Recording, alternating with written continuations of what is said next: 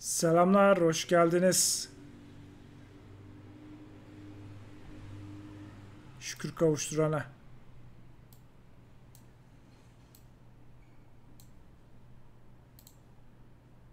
Ses var mıdır ses? Nasılsınız arkadaşlar? Hoş geldiniz. Bilmem kaç gün sonraki yayına.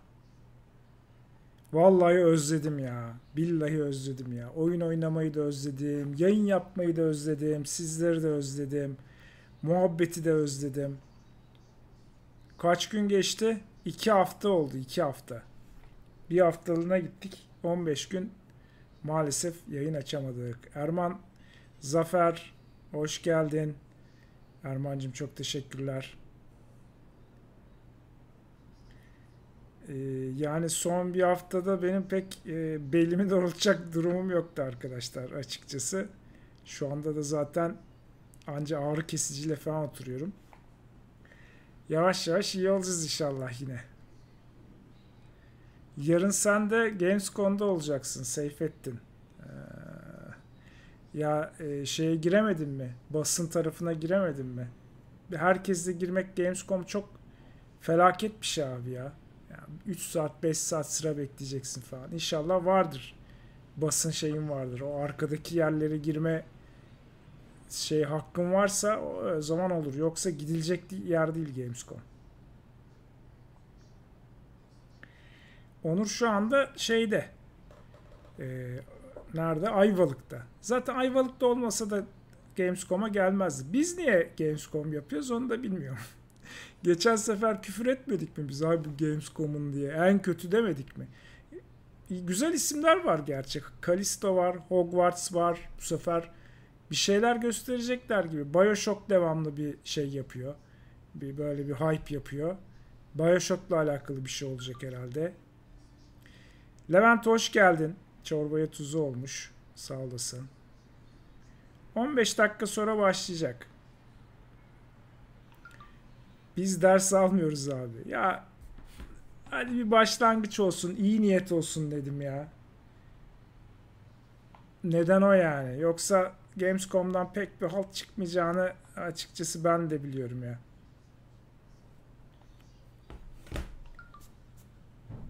Yine de işte ümit. Lord fragmanını yorumlamadım. Hayır, onu yarın şeyde yaparız. Orta Dünya kanalında yorumlarız. Zaten pek de yorumlanacak bir şey yok artık son trailer. Daha önceki trailer'ın %80'i aynı zaten. Bir iki tane bir şey koymuşlar. Sahne koymuşlar. Arka arkaya görüntüler koyup duruyorlar yani. Hep aynı tarz trailer'ın çeşit farklı versiyonunu yaptılar. Hiçbir tane de hani farklı bir şey yapalım diye düşünmemişler. Geçen öyle dedik, Elden Ring koydu masaya. Arkadaşlar gerçekten ben de sizleri özledim. Çok net söylüyorum. Gerçekten çok samimi söylüyorum. Yayın yapmayı da özledim. Yayında oyun oynamayı da özledim. Oyun oynamayı ekstra özledim. Hepsini birlikte özledim yani. Ben de bağımlısı olmuşum yani sizin. Hakikaten bir boşluk oluyor insanın içerisinde. Çok net söylüyorum ya. Samimi söylüyorum. Furkan eyvallah. Hakan'cığım eyvallah. Özledik diyor. 18 pound yollamış maşallah. Murat hoş geldin. 30 ay olmuş. Sağlığa dikkat et. Abi ben sağlığa dikkat ediyorum da sağlık bana dikkat etmiyor.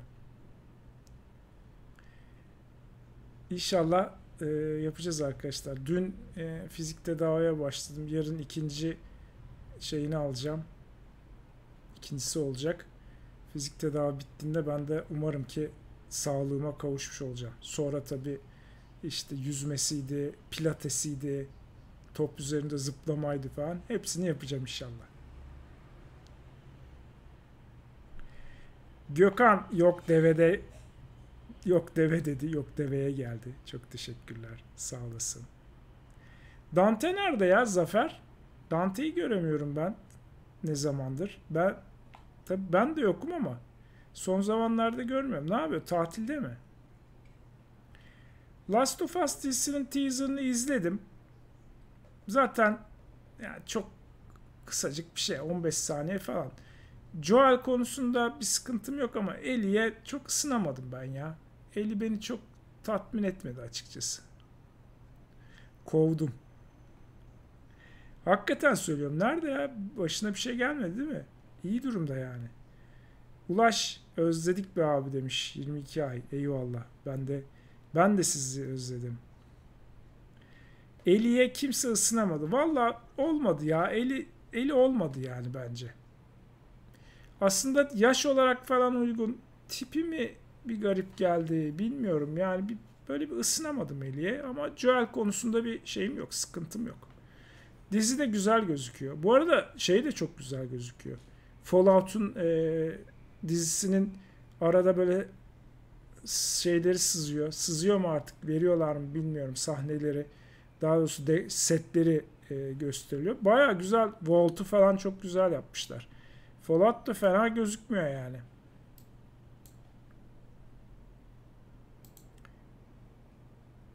...13 dakika var arkadaşlar.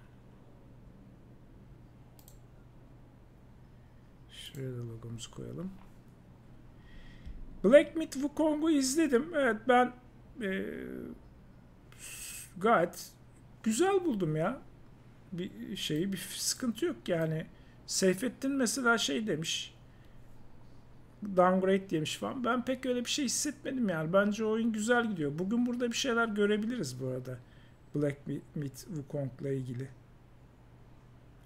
House of Dragon'u daha izlemedim ilk bölümünü. İşler güçler nasıl abi? İşler güçler iyi değil. Çünkü bizim işlerde video yapmadım mı, yayın yapmadım mı işin gücün kalmıyor.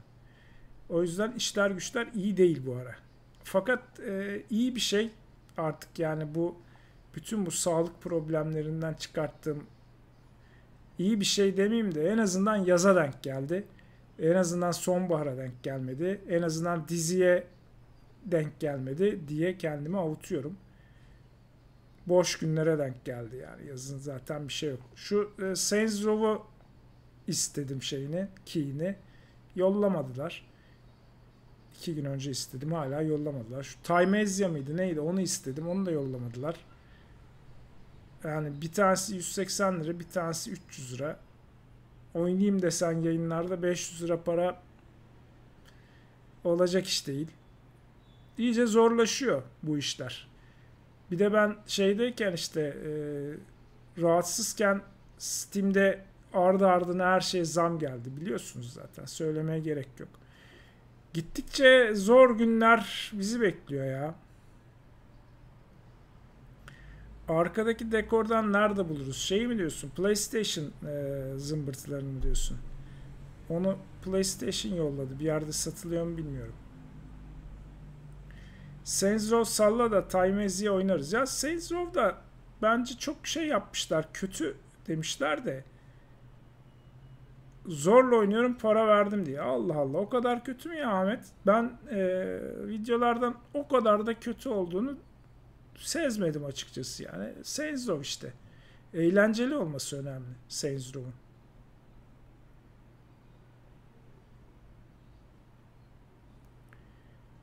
Last of Us'ın bence şeyinde sıkıntı olmayacak ya dizisinde. Ya Metacritic'te evet notları iyi değil de.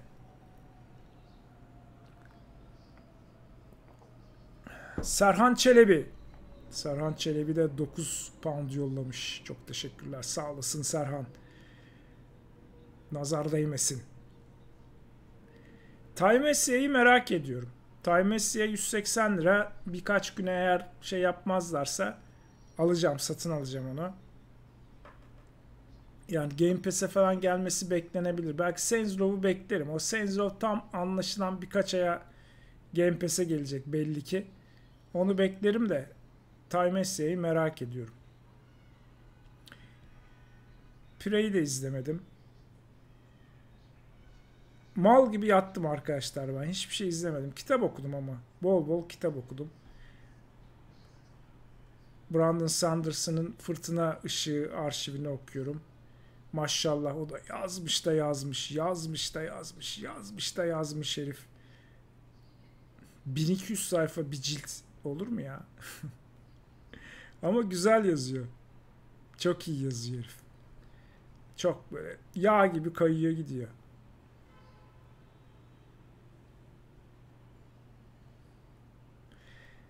You are amazing diyor Yunus. 200 TL yollamış. Çok teşekkür ederim Yunus. Sağ olasın.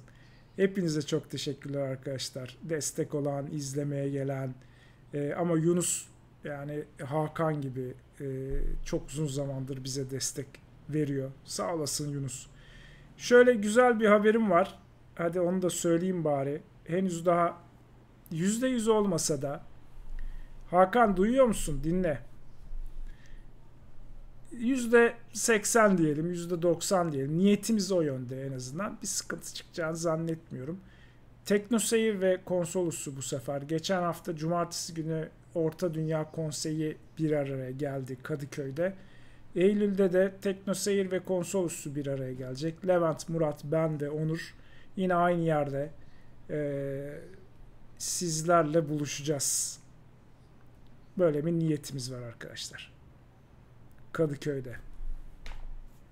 Eylül ya da belki de Ekim'de. Bilmiyorum şu anda. Çünkü Murat Gamsız'da kasık fıtığından bir ameliyat olacakmış. O iyileştikten sonra.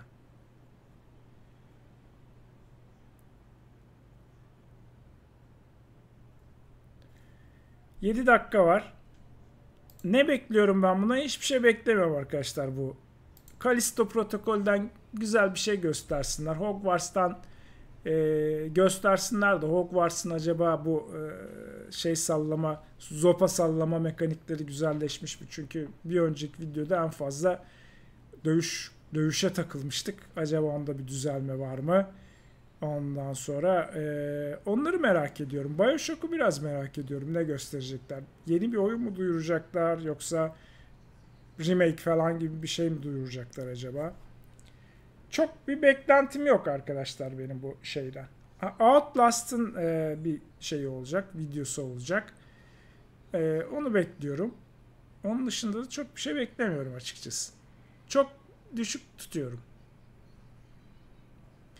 Murat isminin laneti. Biri bel fıtığından, diğeri kasık fıtığından muzdarip. Ya öyle bir şey var ki benim lanet elektronikte benim mesela ünlüdür yani. Bilgisayarda bile arkasından böyle bir fişi çıkartıp takmayı falan hiç sevmem ya. Böyle kurcalamayı hiç sevmem bilgisayarı. Çünkü kesin bir şey patlar bende. En ufak bir kabloyu çıkarıp taksan öyle bir benim böyle bir enerjim var. Bizim böyle bilgisayarlarla çok uzun zamandır 15-20 senedir işte tamiratını yapan, bakımını yapan bir arkadaşımız var. Bilgisayarlar bozuldukça hep ona söylüyoruz, o gelir. Benim başıma gelen şeyler onu çok güldürür mesela. Ben hayatımda senin başına gelen sorunlar gibi şeyler görmedim der. Bu işte bel sürecinde MR'a girdim arkadaşlar. MR cihazı bozuldu ben içindeyken.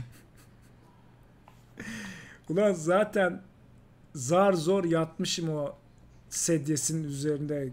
Ağrıdan geberiyorum zaten. Sokmuşlar içeri. Ondan sonra hop 15 dakika geldi sonra cihaz bozuldu, sizi dışarı alacağız. Hayda, in bir daha. Ondan sonra teknisyenler geldi, yaptılar. Bir daha sedyeye otur falan. İşe bak ya ulan, MR cihazı bozuldu lan içindeyken. Kime denk gelir oğlum böylesi ya? Lies of P de güzel görünüyor. Evet, onunla ilgili de güzel hislerimiz var. Teknolojik aletleri bozma laneti bende de var. Aynı lanetten muzdaribiz diyor. Ne? Marsultor. Ayrıca bel fıtığım da var. Eyvah. Parasını senden istemesinlerdi.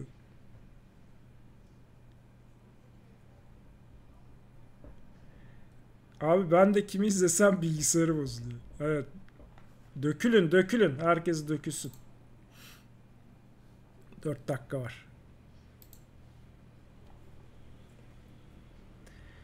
Abi gösteriler evet çok boş geçti bu sene. Sony yapmayacak bence bu sene bir şey. Çünkü daha ne gösterecek ki Sony şu anda? Sony'nin göstereceği bir şey yok. Neyi gösterecek Sony? Bence bir şey yapmayacak.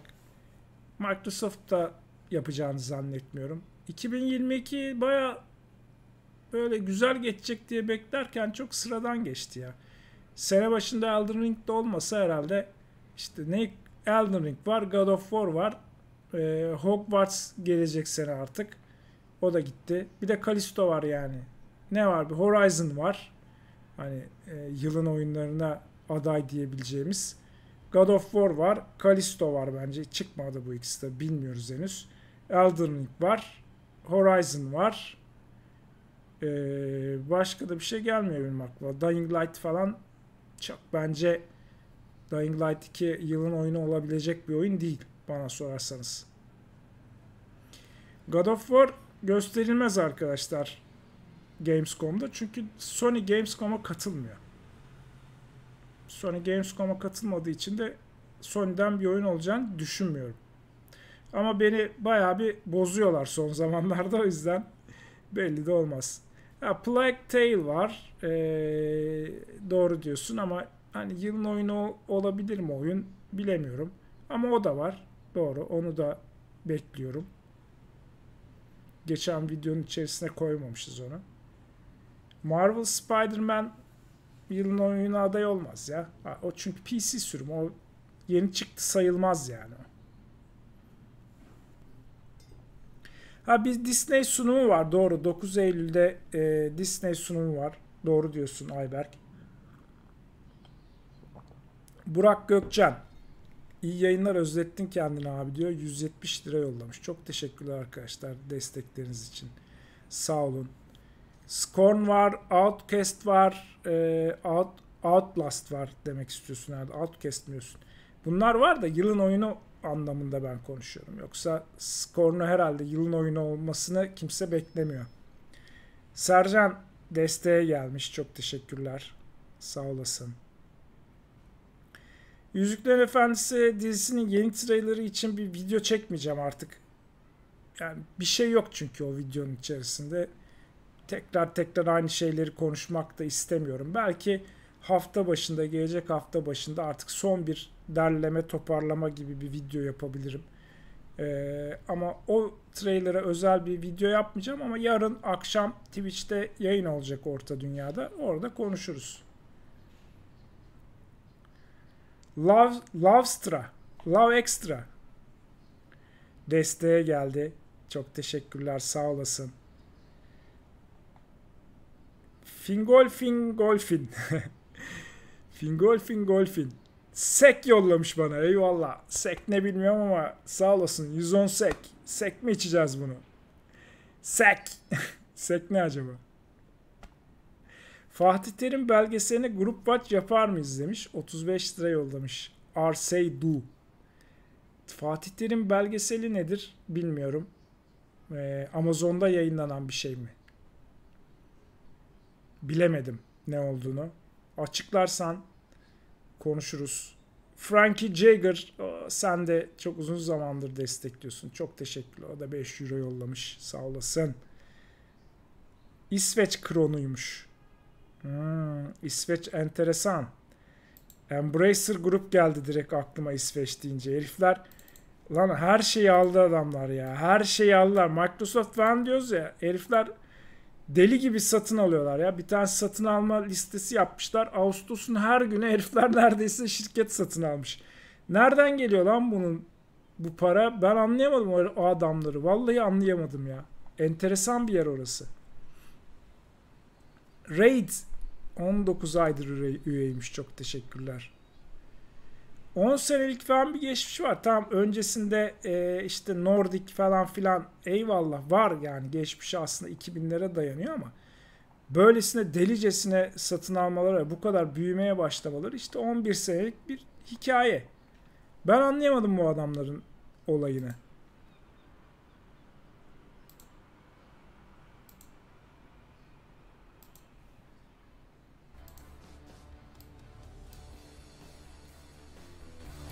Please welcome to the stage the creator of the Game Awards. Bu sefer insanlar da var tabii. Vay be, uzun zaman sonra ilk kez. Ses çok mu açık, az mı açık onu söyleyin. Ses mes kısmayacağım arkadaşlar. Telif melif yersek ne atarlarsa atsınlar ya. I'm Jeff Keighley, and I gotta say, I am so excited to be here with you.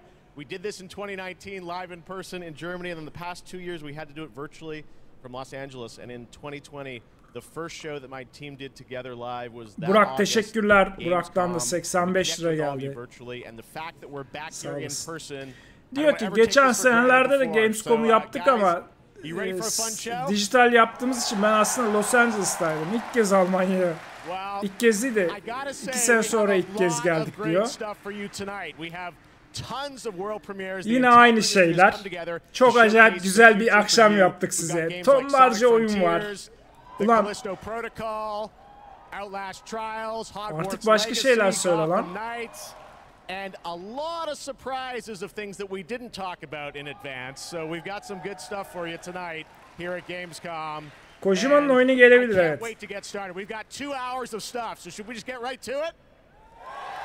Başlayalım mı? Başla.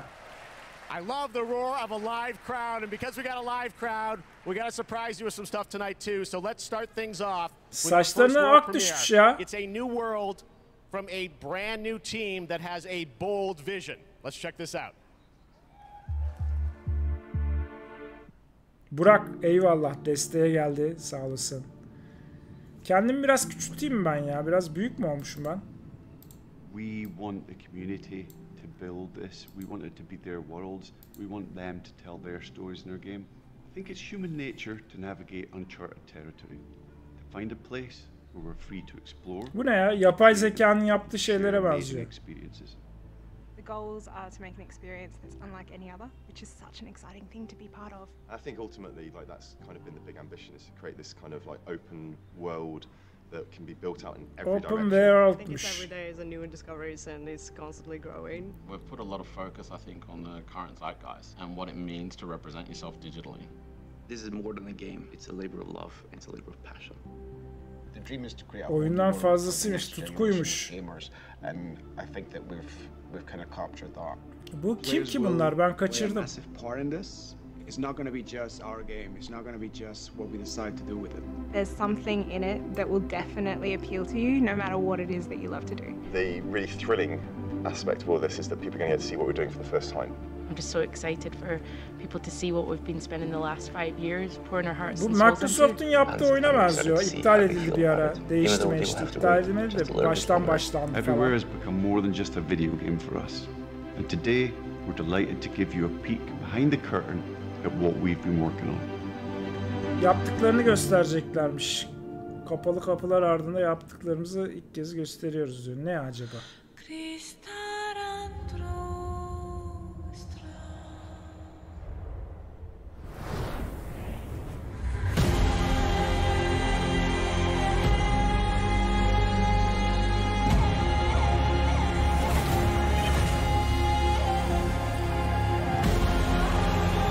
Mordor.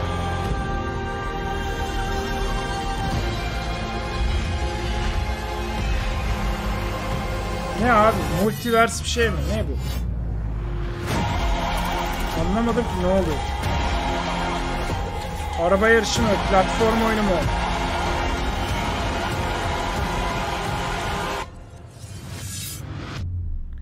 Everywhere.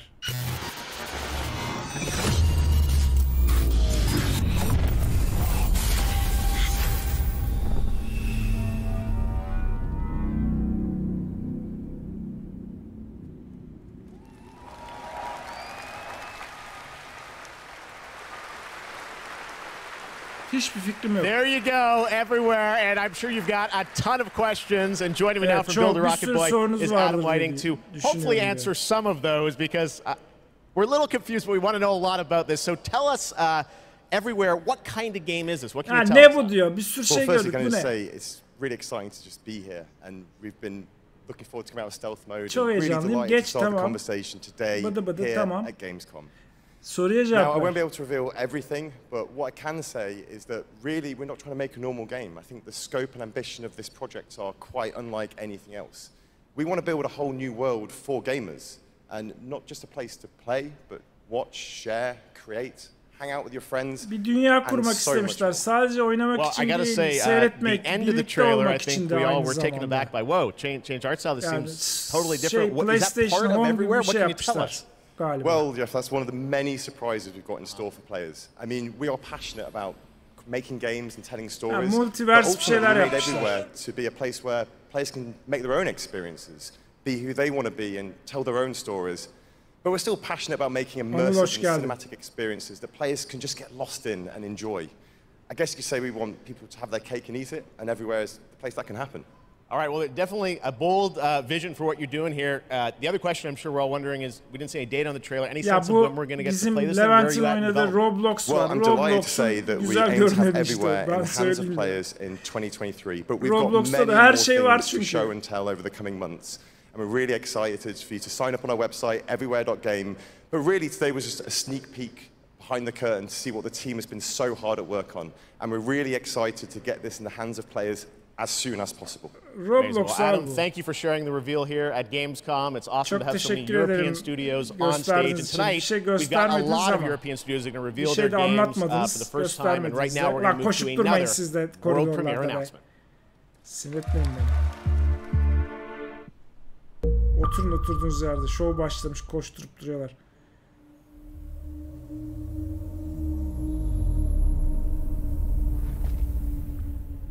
Ah, Funcom çok severiz. I must not fear.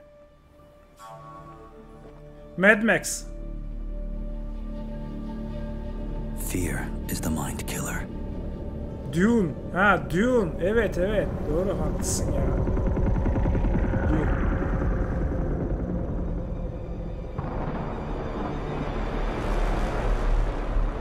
Funcom'dan İskender çıksa yemem yalnız.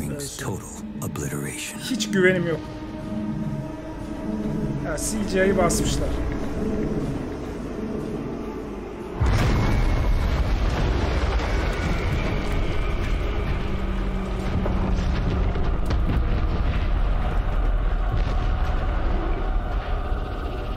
I will face my fear.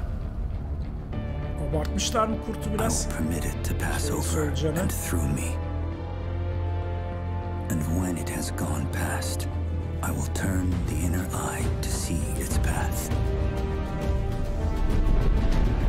Where the fear is gone, there will be nothing.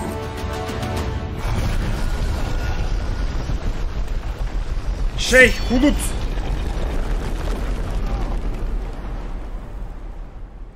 Only I will remain. Yalnız o boyutta solucanı bir tane adamla kontrol edemezsin yavrum.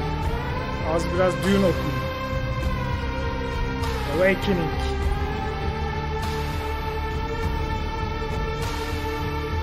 Open World Survival MMO. Yani diyorlar ki burada Conan'a yaptığımızı çaktık Dune'a. Conan'da yaptık ya, bir de Dune'u almıştık, Dune'a da yapalım. Eyvallah.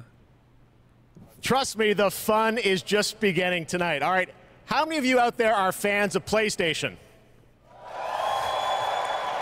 Well, we've got a fun surprise for you. I said, PlayStation, what can we do for all the fans coming together here at Gamescom? And right now, I'm honored to share this global PlayStation announcement with you right here at Gamescom. Onun Dune hali.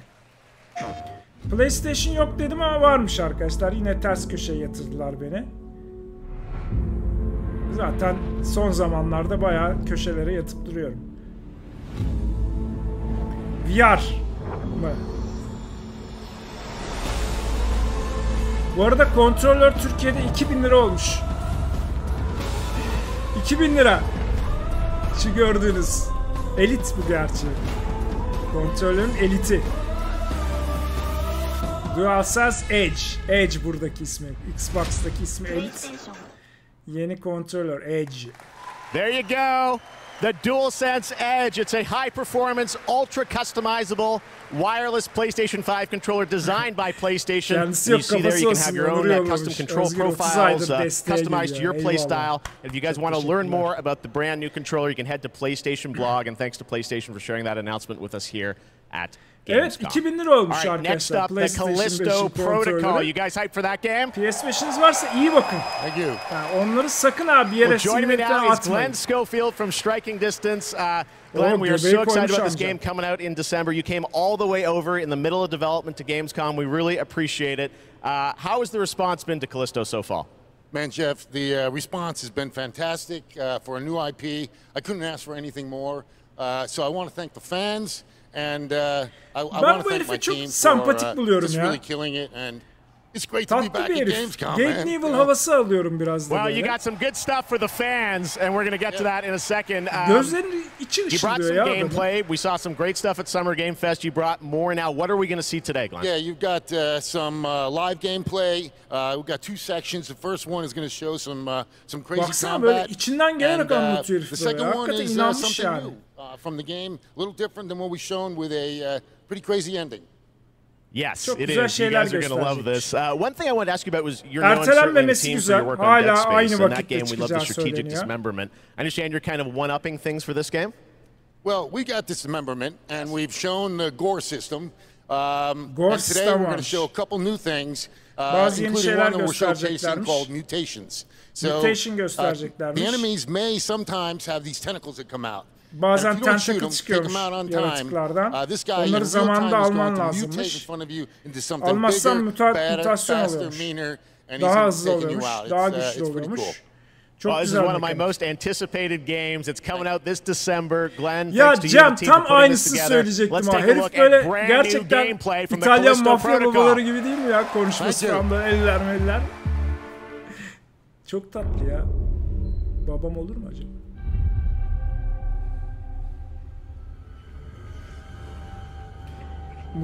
Mutasyon mekaniği beklediğim tat.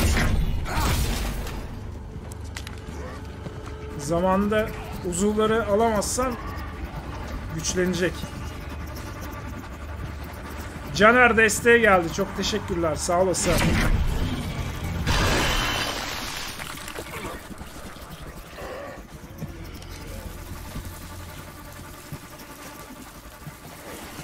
Bu arada yayın 1080 olduğu için çok güzel değil görüntüler. O step var.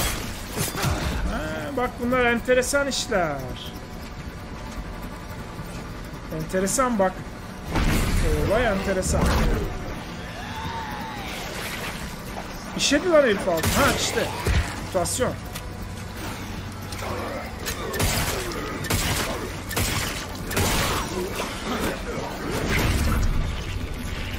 At! At lan şeye. Kıyma makinesine. Bunlar hepsi at kıyma ya. Tükürüyor. Umarım hard'da falan daha bunlar agresiflerdir.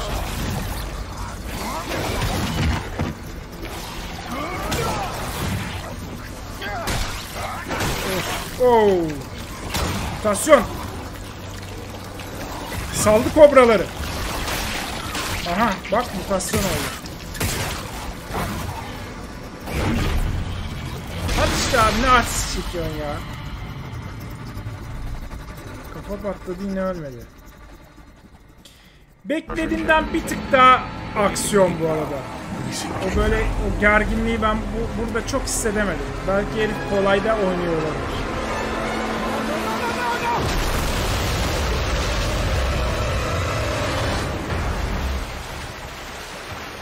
Fakat şahane gözüküyor.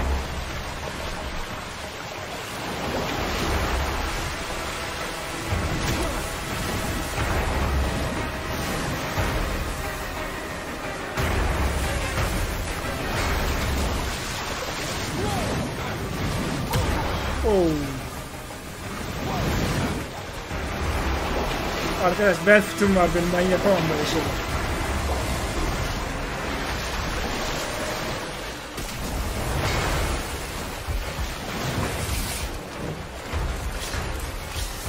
Nasıl bir şey oğlum bu? Çağlayan var lan geminin içinde. Şelale var. Nasıl oluyor bu iş?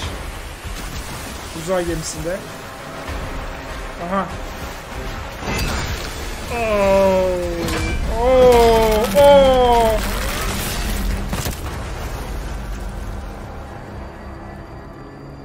Ah.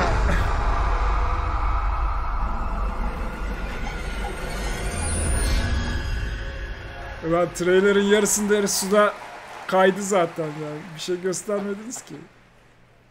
All right, that's pretty good, right? Bu muydu? We got lots more coming for you, but right now I want to introduce my co-host for ONL. Abi şu oyunu biz 89 liraya aldık Thanks, ya. Jeff. I'm so excited to be here Ne at diyelim ya, Gamescom. valla Allah razı everybody. olsun o kim unuttuysa I'm your guide onu, for kim tonight for all the bilmiyorduysa. happenings around Gamescom, and I'm really excited Balgün. to be here because Melek the Balgün heart kim of ya? gaming is beating once again, and game devs and publishers from all around the world are making their way to Cologne Melek. to show you hundreds of new games. So if you're not here yet and still can come by, make sure to drop by. And if you can't, make sure to drop by next year, because it is definitely worth a visit.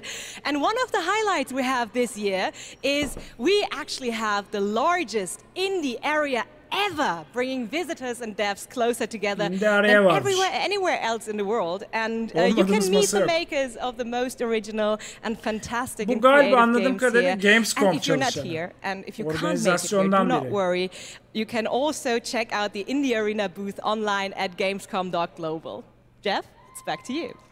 Thank you, Melly, and you'll be with us all night. We've got Gamescom awards to come and other things too. But let's get right back to the world premieres. This next one is one you've been waiting for a long time to see. Let's take a look at this brand new world premiere. Bakalım neymiş? Hogwarts galiba. After an age of the cruelest tyranny, man finally defeated its overlord. Yo. The gods do not fall forever. Hiç çağrışma yapmadı şu ana kadar. The champions of war united. Uzun zamandır bekliyormuşuz. Began the eternal watch over their tyrant's Final Fantasy isim geldi değil. For some forces, even death cannot end. Overwatch olabilir mi ya hakikaten? But now, gerçi CGI ama. Later, the fallen gods' influence pervades the world again, corrupting even sworn enemies. Ne bu? Join his accursed lords of the fallen and damn humanity. Bu ne? To a new age of devastation. Though from these darkest days, new heroes arise. İstiyorum. Overwatch ya bu. One must embrace the darkness, and so lies our only hope. Diablo. Aha biz telifi yedik. İlk telifimiz geldi. Sauron. Melkor. Diablo galiba ya, evet.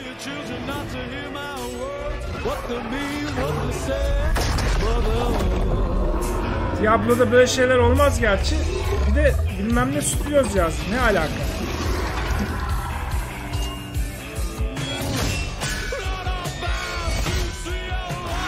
Yok, kısmayacağım sesi ya. Ne yaparlarsa yapsınlar.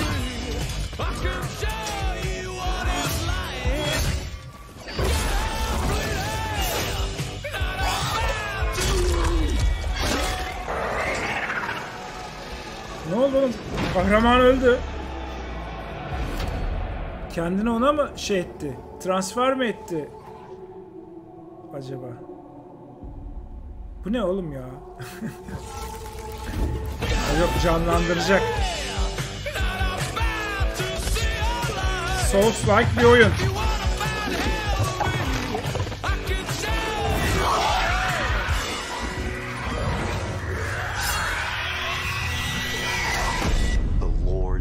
Aa!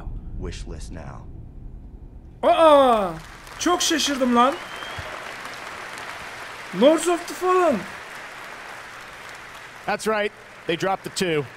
The Lords of the Fallen. All right, now it's time for another new game announcement. The sequel to a game that redefined the term couch co-op. Check this out. Tabii hiçbir şey göstermediler. Mekanik falan hak getiriyor. Hepsi videoydu, şeydi, cutscene falan da ama. FARTs? Have you tried going online? Visit exotic destinations. Hoşuma gitti bu. Move your dreams. İlk Souls klondu. Fena da oyun değildi aslında. Biraz kısa bir oyundu. No worries. Everybody's welcome. You're hired. Uzun süredir beklediğimiz oyun değil. Open a door of new opportunities. Work alone or with a friend, or two, or more.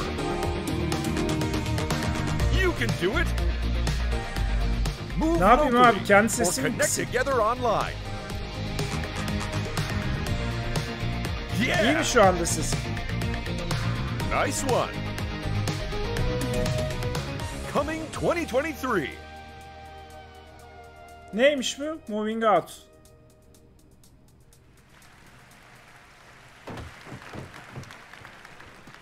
Ya asıl benim oyunun devamı gelse ya. Kutu açma, paket açma, kolye açma.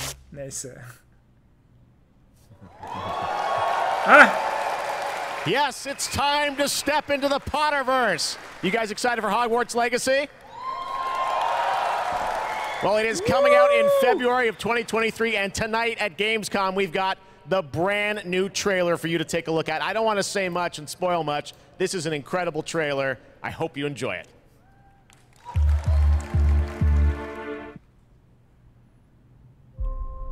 The more we know about Salazar Slytherin and the dark arts, the better prepared we'll be. Biraz aksiyon gösterin bize. If either of you uses dark magic, I will notify the headmaster immediately.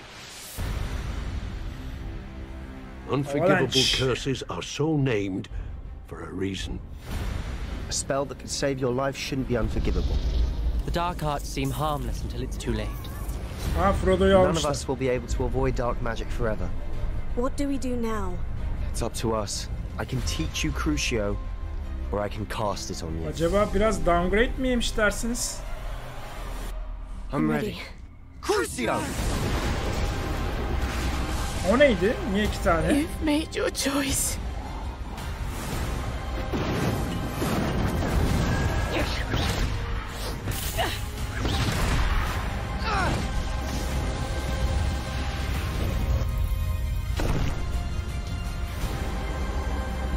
Abi iki co-op mu bu ya?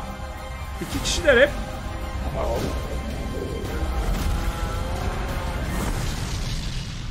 What have the two of you done?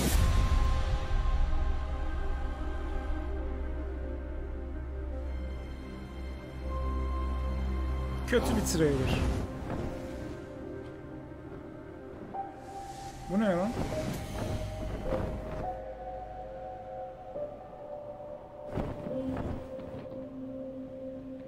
Çok bir şey anlamadık. Laf olsun diye yapmışlar bence trailer'ı. Onun yerine şöyle bir 5 dakika bir görev yapsaydı, hakikaten bir zindana girseydi, bir gelseler, bir görseydik ya. That's right, it's time to step into the world of Borderlands now. Joining me is the founder of Gearbox Entertainment Company, Randy Pitchford. Randy, great to see you here. Thanks for the intro, Jeff. I think a lot of these guys probably know me from my work at Gearbox. Bir saniye canım, konuşuyorum. Downgrade yemiş gibi gözüküyor ama çok da kötü değil yine de hala. Ama biraz azalmış. I'm here to officially announce new Tales from the Borderlands. So, tell us about this. We remember Tales from the Borderlands. This is new Tales from Borderlands. This is new characters, new story. It is. You know, I loved the original game, and so that's why we got some of the original storytellers and writers that were back in the day at Telltale, and developed an all-new storyline with all new characters, created with production from Gearbox Studio Quebec. It's an all-new experience, and we're here to show it for the first time today. You guys want to check it out? Let's do it. It's coming soon too, right? That's right. Coming in October of this year. Zeki Müren havası aldım yalnız ha abiden. Var yani o titreşimi hissettim abiden yani. Böyle var ya. Ertelenmedi ya. O zaten ertelenmişti. Şubat'a ertelenmişti zaten. Sometimes all it takes to change the galaxy is a trio of losers trying to get through a bad day. We are in the middle of a TDR invasion. Leave immediately! This area is now under TDR jurisdiction! They think there was a vault key being kept on the station. If we can find whatever's in that vault before TDR does, we can change our lives. Watch Dogs vakası gibi duruyor grafik konusunda diyor Deniz. Eyvallah Deniz, çok teşekkürler. We're bad at this. violent, like really bad. Tidio has many guns, talking guns, guns with legs. I'm gonna blast you so freaking bad. Yeah. Shut up, Richard.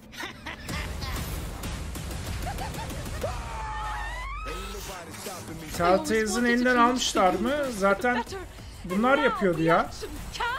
But more importantly, we'll be drowning in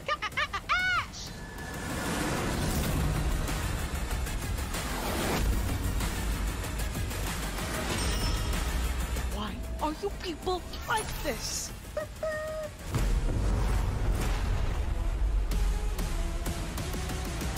If you happen to see any corpses along the way, bu oyunun da mizahına bir türlü alışamadım ben ya.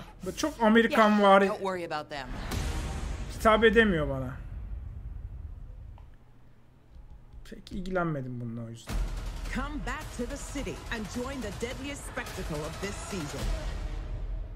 Aha, Techland'den DLC mi? Tell you a story about a species that survived millennia. Homo neanderthalensis, Homo rhodesiensis, Homo erectus, all of them wiped out by the deadliest species of all. Us. I am Astrid. This is the new arena. And my advice for you, stay alive. Dying Light'a mi geliyor? Multiplayer falan mı geliyor abi? Ne oluyor?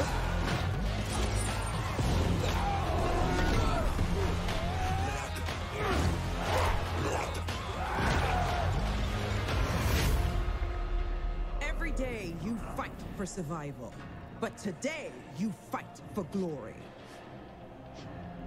Anyone can be a warrior. What makes you different is the Dying Light of a champion. DLC'si de tam anlamadım ne olduğunu. Bloody Ties.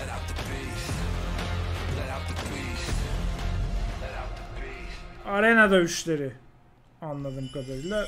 Ya Dying Light'ın kombatı çok keyifli değildi ki abi. Arenaya giresin de yani öyle çok. Red Bull gives you wings. Ha, bir de bu eksikti ya. Araya reklam almak so neydi you want ya? to join me?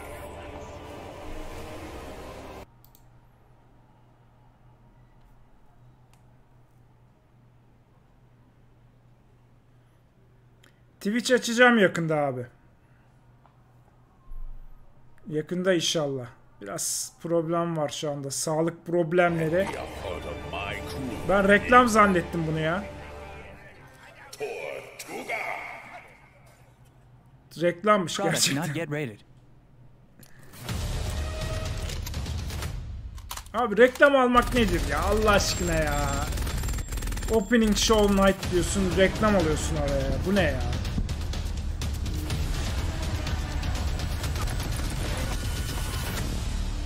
€80.000 şu.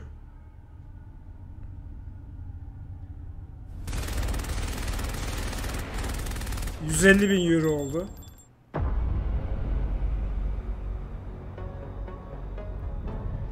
Abi Geoff'la alakalı değil ki bu reklam işi. Bu GAMESCOM o sadece sunuyor.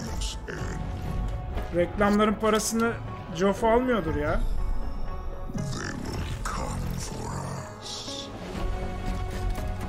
Bu ne abi? Destiny çakması mı? Ne bu ya?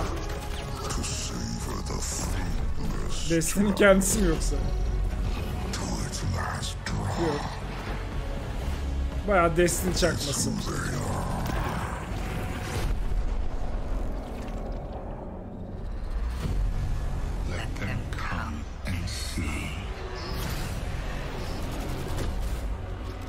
Warframe mi bu?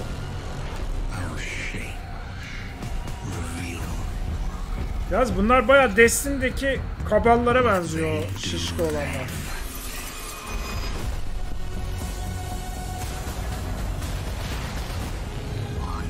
Destiny DLC'si mi bu? Ne olmuş lan Destiny'ye ben görmeyeli? Ninja kaplumbağalara dönmüş herifler.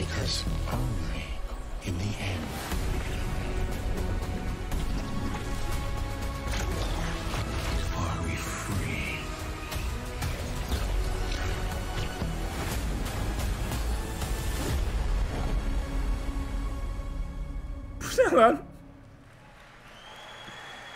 Çok kötü ya. Bu ne oğlum Destiny? This Saturday, the Ne hale gelmiş GameScom oğlum Awards will Destiny? be handed out to the winners of the best games on the show floor. Only submitted games Melek. showing at Gamescom will be Destiny eligible to olmuş be Melek. nominated. And the awards will be Çok streamed kötü on all lan. Gamescom channels, so make sure to tune Neyse in. oynamam ben artık But Destiny tonight, olsa. I'm allowed to hand out 4 awards. I'm Zehri very, very attım excited about that. And I would sistemden, say, let's Destiny jump zehrini. straight into it, starting with the most wanted PC game. Here are your nominees. Ne alaka ya? Böyle şeyler de mi vardı? Metal Hellsinger. Allah Allah. System Shock. Böyle en beklenen oyunlar falan da mı seçiliyordu ya? 40,000 Dark Tide. And the winner is Metal Hellsinger. And here to accept the award is Sheila Wikström, Zaten... executive producer at The Outsiders. Oğlum vermişsiniz ya lan ödülü zaten. Bize sanki yeni açıklıyormuş gibi ne ayak yapıyorsunuz? Wow, this is a lot of people. Yanında çık lan kazanan. I was practicing my speech a lot, but of course, you know, when it's as much people as there is right now, you'll blank. But I want to say that I am Atabak çok teşekkür ederim. Sağ olasın. Biz kalıcıyız diyor. 3 aydır. 2 hafta bana çok zor geldi. Bana da zor geldi Atabak. Çok sağ ol. Teşekkürler. And the truth is, making games is super hard. When I started out, I don't think I really realized how hard. And hayatımda gördüm ben çakma ödül töreni. Aynen abi. Kindness and orada yanında duruyor kazanan. Hiç böyle bir şey görmedim ben hayatımda. Game development, and it's precisely those qualities that my team possess, and why I'm so privileged to be working with them every day. I love you guys at home. I miss you so much. So, what I want to say to you, my industry friends and colleagues, is treat each other. Ablacığım Oscar'da bile bir dakika konuşuyorlar. Hadi. Kindness and respect every day. Make games with humanity. Thank you so much. İnsanlık için oyun yapın falan. Ulan oyun lan altı üstü. İnsanlık için oyun ne ya? Thank you, Melly. Well, the world premiere train keeps going. It's time to move to the world of Sonic. Any Sonic Hedgehog fans out there?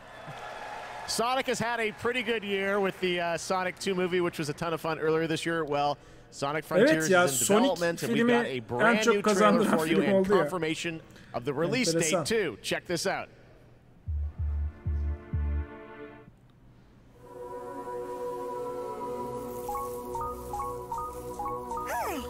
Ha bu Sonic'in şey gibiydi değil mi? Mario gibiydi. Open World falandı sanki. Öyle bir şeyler hatırlıyorum. O mu? İlk kez bir Sonic oyununu dikkatimi çekti demiştim Sonic oyunu. Mario Galaxies gibiydi galiba bu.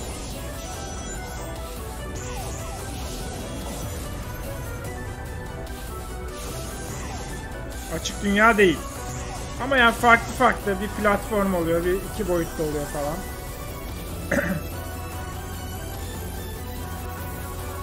Amy, is that you?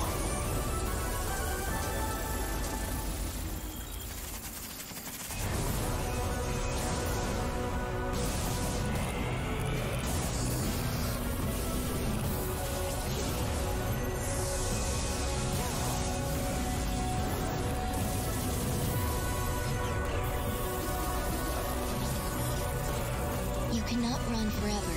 Leave immediately.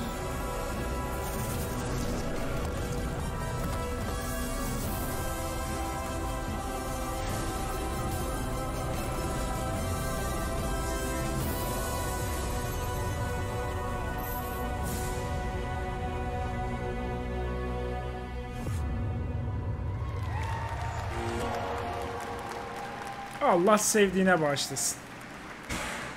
There you go. It is coming this year, Sonic Frontiers. All right, well now, another European studio wanted to use Gamescom O&L as a platform to announce another narrative experience. This comes from a French studio. Check this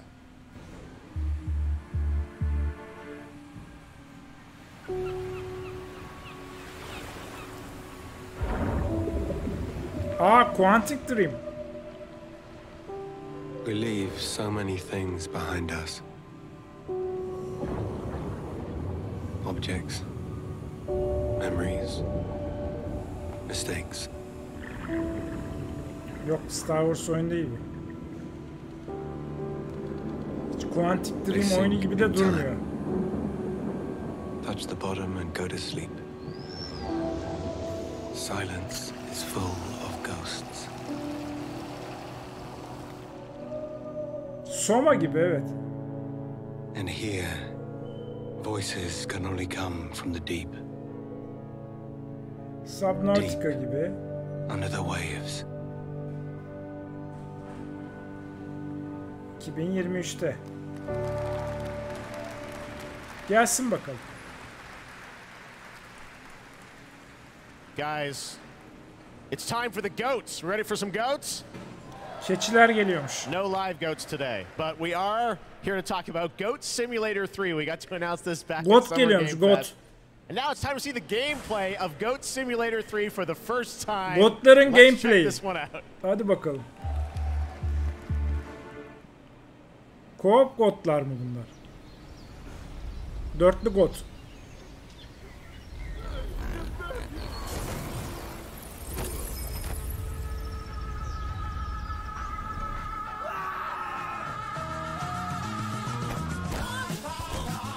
Abi bir keçi nereye kadar gidebilir ya?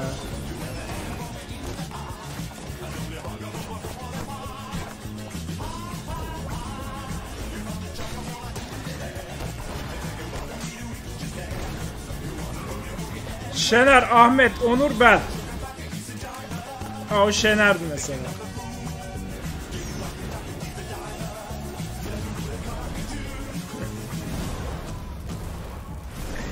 Sebep ne abi?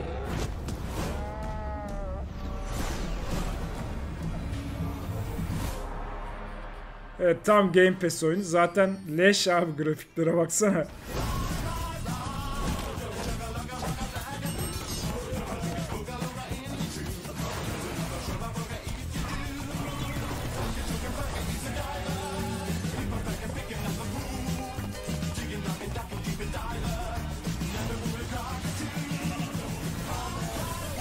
Oynarız ya, eğlenceli. Onur'u atmak istiyorum onun içine koyup. Tamam. Az da kalmış ya. Çok da fazla değilmiş. Microsoft babalık yapsa da. About everything you could imagine in it. Goat Simulator 3. All right. A lot of people ask me how I got started in the industry. Lan yaptılar. Goat Simulator'ı da yaptılar be. PC adventure games, and I grew up playing classic LucasArts and Sierra adventure games. You guys remember Monkey Island by chance? Monkey Island mı geliyor? I am so excited because there is a new Monkey Island in development right now. Ron Gilbert, the series creator, is back. You may have heard about it. Return to Monkey Island. And tonight at Gamescom, I am so excited that we get to announce dakika oldu ya, the release gelir date. Bioshock. Actually, I don't. We get to go to Stan to tell us Daha the release vakit var. date. Check this out.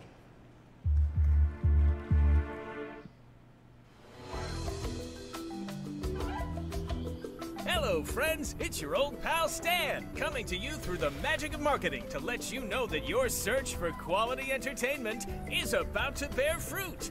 But I wouldn't be doing my job if I just Quantic dropped the Dream oyunun details on Türkçe you alt without yazı a arayüz little desteği build-up. var. Çok güzel. I want you to see the kind of fine dining establishments you'll be visiting, like this one. Get lost.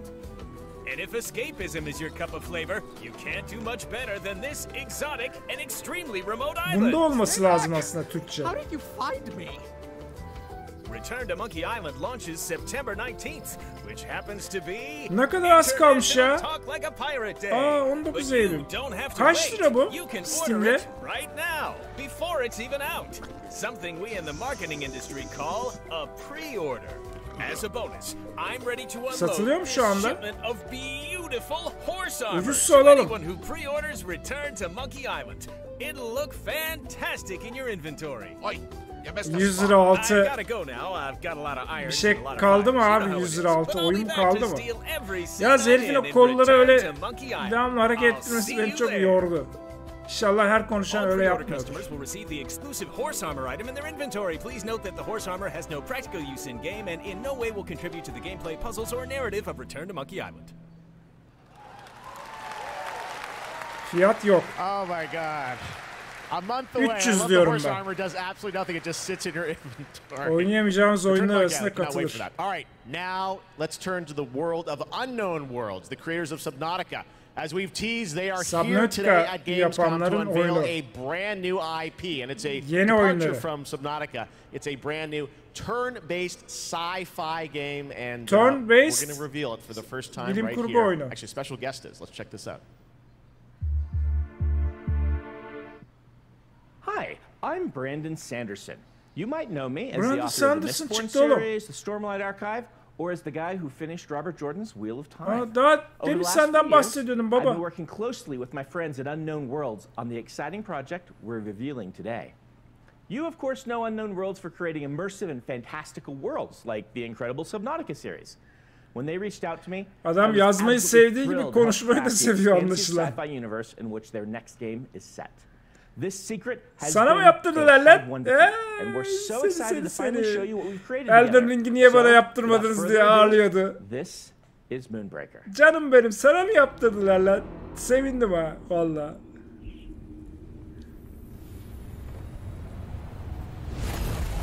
Let us keep this civilized.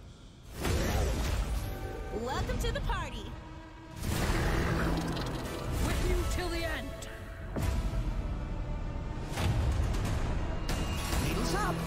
Stay alive.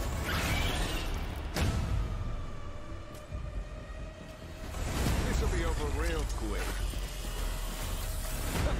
Ulan Martin Elden Ring yapıyor. Brandon. Sen ne yapıyorsun Brandon? Ne oğlum bu ya? League of Legends'ın turn-based mi? Ne ya tipler? Valorant gibi falan.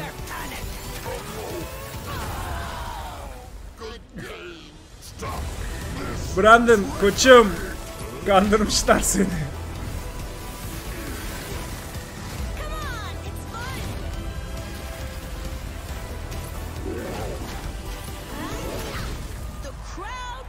Gerçi Brandon da bunlara şöyle bir şey vermiştir. 7500 sayfa lore vermiştir.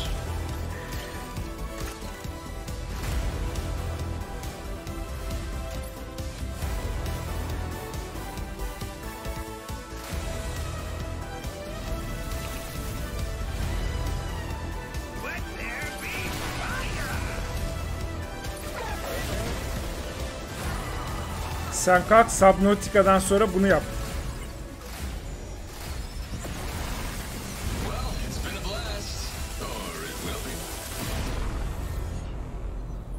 Moonbreaker. Abi kim kimle savaşıyor onu bile anlamadım ha oyunda. Karma karışık. And joining me from Unknown Worlds is Charlie Cleveland. Charlie, Moonbreaker, it's real and it's so different than Subnautica. So yes, tell us, it is. This departure, you guys like to kind of reinvent yourselves every game, right? Yeah, so people thought we were kind of crazy for making Subnautica after making Natural Selection. We went from a strategy shooter to a pacifist underwater game, survival. So I feel like we've done this before. Önceki oyunlarından Subnautica'ya geçtiklerinde de herkes delisiniz demişmiş. Şimdi bir kez daha tür değiştiriyoruz diyor. Gökhan çok teşekkür ederim. Skip geç demiş. 20 lira yollamış. Sağ olasın. Bu ne diyor hocam? Ne oğlum bu? Ne? Anlat bir bakayım. Anlamadık biz. So you can see that from the colorful art style we have. So you choose a captain and 10 crew. And you build a roster, kind of like a traditional miniatures game. And every unit in the game is really like strange and special. And Bioshock yok, daha duyurulmadı. So, yeah, you deploy units and you move them around on the battlefield, and you get all these crazy game-changing powers, kind of like Hearthstone meets XCOM. Şu ana kadar nasıldı? Geçen seneye göre daha keyifli. Muhteşem bir şey gelmedi.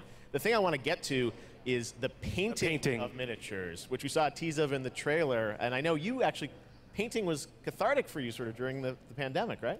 Yeah, so the painting, I mean, you can't have a miniatures game without painting. And during the lockdown, I just found myself like learning to draw and just zoning out and feeling really relaxed. Fuar var.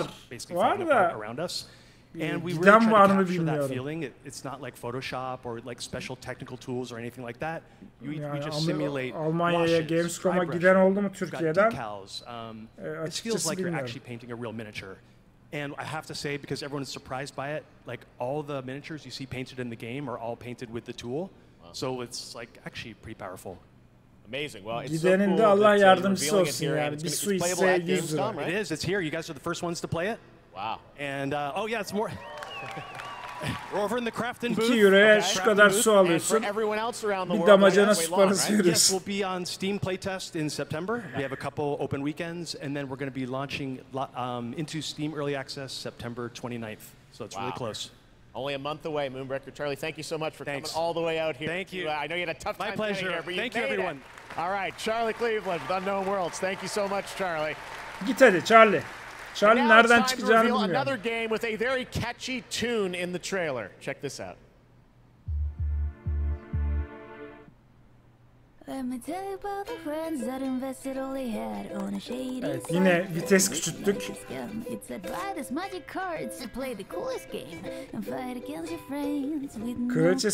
Kraliçenin ülkesine esenlikler herkese. Hoş geldin kraliçe.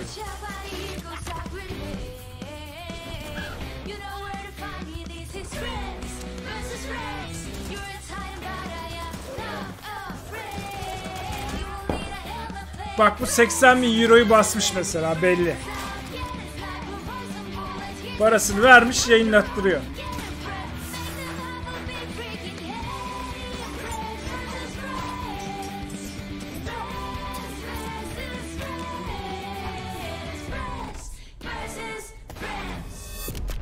Arkadaş arkadaşa karşı.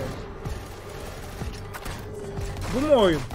O kadar şeyden sonra oyun bu muymuş lan? Yazık. 80.000 euro boşa gitti. Inspired by the familiar story of Pinocchio, Lies of P is a new action Souls-like game that is coming out from NeoWiz, and you guide Pinocchio on his unrelenting journey to become human. This game looks absolutely great, and we've got a brand new gameplay trailer to show you. Hadi. And this game is also coming to Xbox Game Pass on day one. Let's check it out. Evet, harika. Daha önce duyurmuşlar mıydı onu ya? Yoksa ben her gördüğümde seviniyor muyum? Duyduğumda. Can you hear me? I hope this reaches you. This Game Pass'e geliyormuş.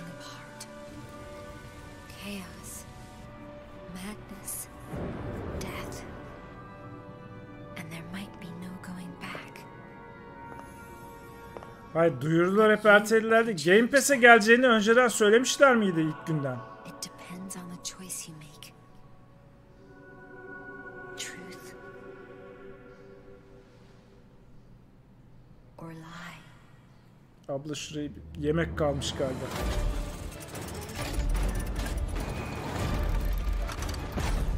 Söylememişlerdi.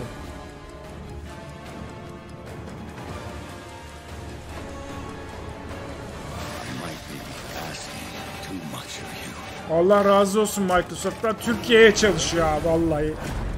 Adamlar olmasa oyun oynayamayacağız zaten.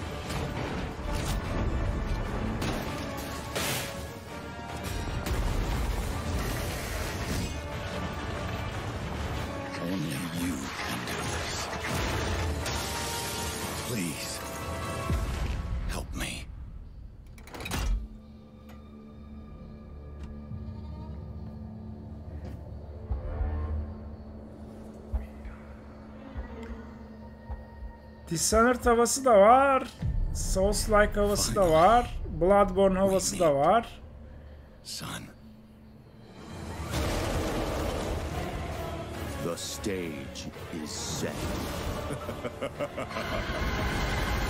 The light shines brightest in the darkest of times. All right, buddy, I'm here for you. Don't worry.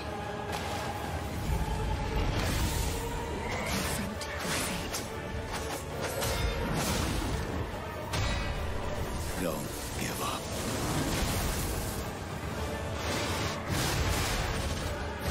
Keep on going.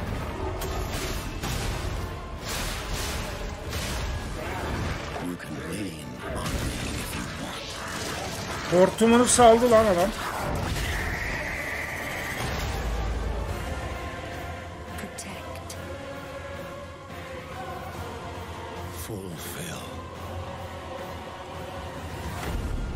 Mekanlar falan gayet güzel. Yaratıklar, tasarımlar güzel. Mekaniğini görmeden, oyunun aksiyonunu görmeden, gameplay'i görmeden bir şey demek pek mümkün değil ama 2023'te zaten 2023'ün sonunda falan çıkar bu. Hey you. Yes, you.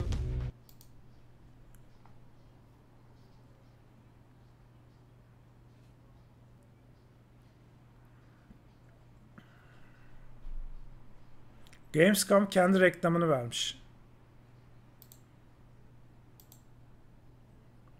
The fun of Gamescom is available from wherever you are online, obviously. And, well, in case you're wondering who that little guy is, that's Epi, and he's on a mission to save the Gamescomverse from the evil future. And if you want to help him, check out the Epic section at gamescom.global. You can solve quests and win prizes, so take part and help Epi to save the Gamescomverse. But first, I want to tell you more about some of the great program we have for this week, and it's quite a schedule, so ödül ver, ödül. with me. There is, for example, the Gamescom studio by IT. Ödül vereceğim. Aa, vermişim bile. Dev interviews and all insights into this year's Gamescom, so please make sure to check that out so you don't miss anything. And also, the awesome Indie Showcase is back, featuring the newest, most original, crazy indie games here on Friday afternoon at 5:30 p.m. CEST, and I'm really looking forward to it. And something I'm really looking forward to is the cosplay contest on Sunday, where the super creative cosplay community takes center stage, and this is absolutely one of my favorites. Seyirci de hiç tepki vermiyor yalnız. Miss it out. It is definitely worth the watch. And for more updates, follow at Gamescom on all platforms. And, well, now it is almost time to introduce our next guest, but sadly she couldn't make it since she is a tad far away. So let's see. She sent us a video, and I would say, let's have a look. Ne diyorsun ya? Hello, Gamescom. I'm ESA astronaut Samantha Cristoforetti, currently flying at around 27,000 kilometers an hour, 400 kilometers above your head. Anime oyunları gibi olmuş saçı kadın. Today, I come to you to say bravo to the games industry. We see how many space games you've been creating recently. Those missions you send your players Kerbal Space programının aslı bu. They create curiosity, interest, and the love of space exploration in gamers around the world. As we look towards returning to the moon and on to Mars with our ambitious Terra Nova program, humanity's spaceflight capabilities will be in part Starfield, evet bu. to the games industry. Kadın saçlar süper ya. Perhaps even you will be among us here at ESA for the journey. Exploring space virtually isn't just great fun. It's having real-world impacts that lead us all yere closer baksana to the abi. stars. So on behalf of everyone at ESA, bravo. Keep creating. Sana bravo teyze ya. Bırak ne oyunu. Uzayda hala oyun diyorsun. Samantha Cristoforetti. Saçlara bir bak. Oo yaz. Kıçını göstermen hoş olmadı bize.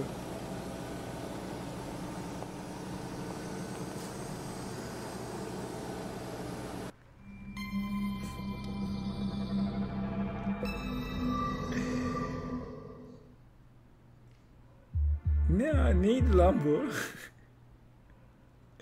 Ben anlamadım neydi bu?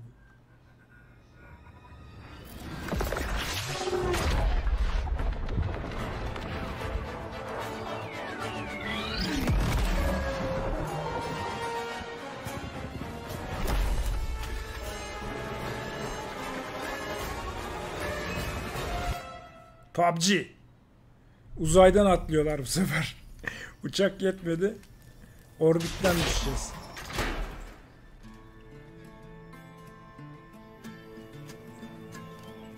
Yine mi survival ya? Arkadaş bıkmadınız survival oyunu yapmaktan, bıkmadınız. Vampirini yaptınız, Vikingini yaptınız. Dinozorlusunu yaptınız. Conan'lısını yaptınız.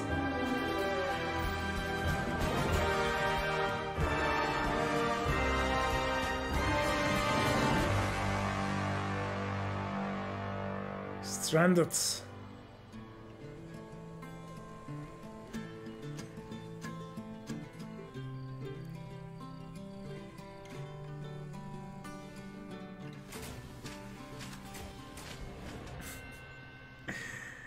Allah sevdiğine başlasın ne diyeyim. 80.000 euro gitti. When we were looking at games for Gamescom Opening Night Live, one of the things I was most impressed with this year is there are a lot of European studios that want to debut games here, and also a lot of brand new IP, brand new worlds, and we're going to introduce one of those to you right now, and I think you're going to get pretty excited about it. Check out this world. Ulan her videodan önce, trailer'dan önce aynı şeyi söylüyorum be Job. Arada başka şeyler söyle. Gökhan skip geç diyor yine. 20 lira yollamış, sağ olasın. Oh, Deck 13. The sand has memories. Memories of our past. When gods walked this world. And our heroes stood amongst them. But the gods' vanity grew. And in their struggle, we were cast away. Only remnants of these stories remain. In the sand. In the ruins of this shattered, broken world.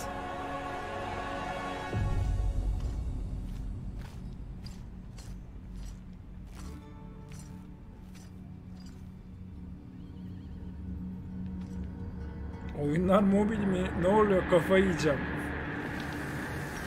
Oyunlar birbirine benziyor artık, evet.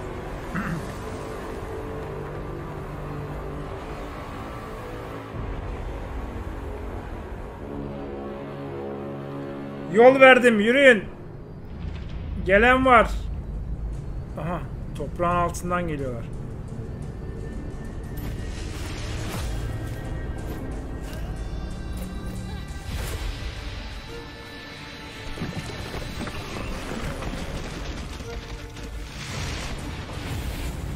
Kurt çıktı toprağın altına.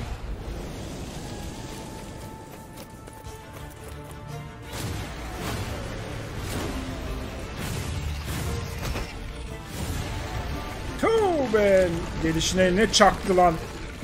Kaplan mı artık? Aslan mı ne bu? Ataberk 10 tane konsol üssü üyeliği hediye etti. Çok teşekkür ederim. Sağ olasın. Alanlara da hayırlı olsun.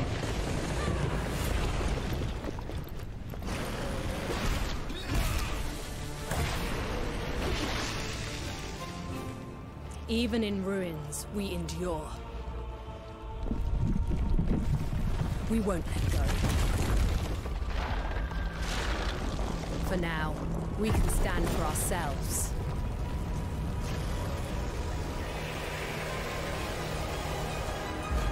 And face gods.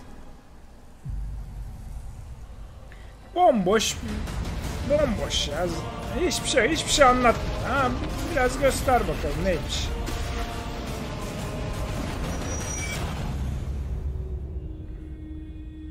İki dakika trailer'ın 10 saniyesinde bir şeyler gösterdim.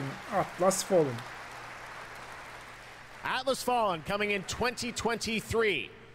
Now, a classic strategy game that I remember playing in the late 90s is Homeworld. Abi CGI'ler beni artık satın almıyor ya. Fena değil diyorsun Yaz'dan da. Space RTS, well, a brand new yeter Homeworld abi, is coming out next CGI'ye year. doyduk And ya. we've got a brand new look at some new gameplay. Oynanış göstersinler.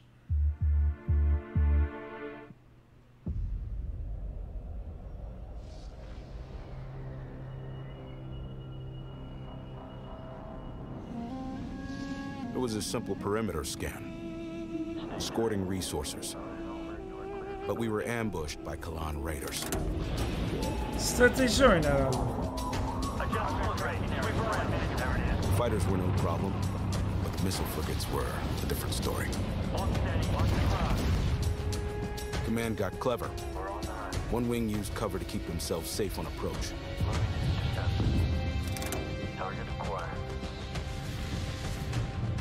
while another group found a tunnel in the structure to sneak behind them. En azından oyunun ne olduğunu görüyoruz abi işte. İlgilenmem ben ama türü seven için. Şimdi burada böyle abuk subuk bir CGI yapacaklarını oyundan oynanış gösteriyor işte. Yapacaksanız böyle yapın. We protected the resources while they hauled in the goods, which meant we could roll out assault frigates. The raiders weren't pushovers. Mükemmel oyun RTS severler için. The way their carrier exploded. Beautiful. Bıyıklı dede hoş geldin. 10 TL yollamış. Çok teşekkürler. That missile frigate. Tam onurluk oyun. Lan Homeworld diyecektim var ya. Homeworld gibi diyecektim. Demedim. Keşke deseymişim. Gördün mü? Homeworld zaten efsane oyundur. Oynamam ama çok sevilir. Which is an incredible action RPG from Hoyoverse. Well, today we've got an exclusive new look at version 3.0 and the new Rainforest Nation, as well as a sneak peek of a mysterious ancient civilization and settlement that is found deep inside the desert. Let's take a look at this world premiere. Ne oldu? Reklam mı yine?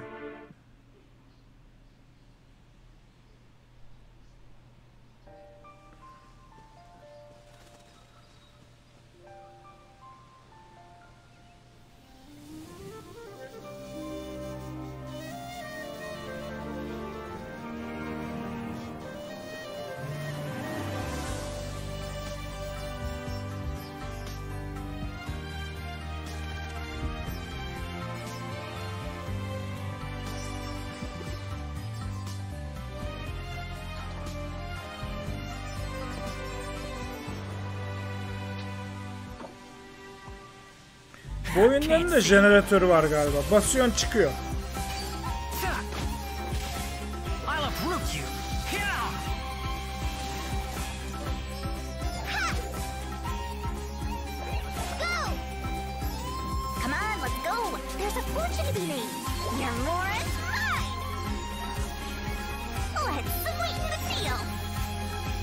Evet, Genshin Impact'in bir şey mi acaba bu? Yoksa çok mu benzeri?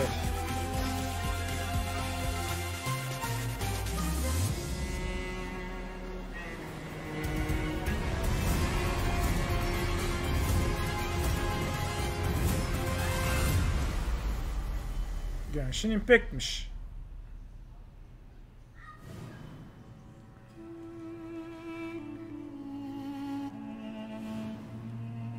Ha, Mısır'a gidiyor Genshin Impact. Ha, anladım. Assassin's Creed gibi oldu yani bu da. O yüzden Arap ezgileri böyle. 1001 Gece Masalları, Genshin Impact.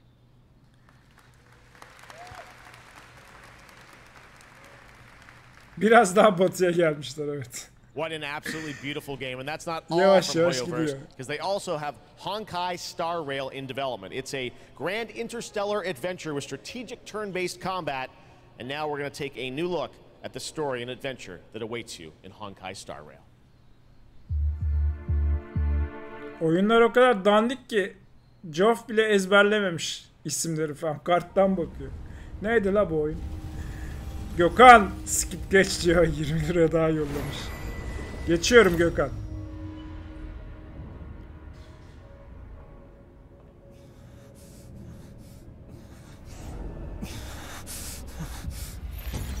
Genshin Impact uzayda galiba bu da. Of 5 people, 3 must pay a price. You are not one of them, Jinyuan.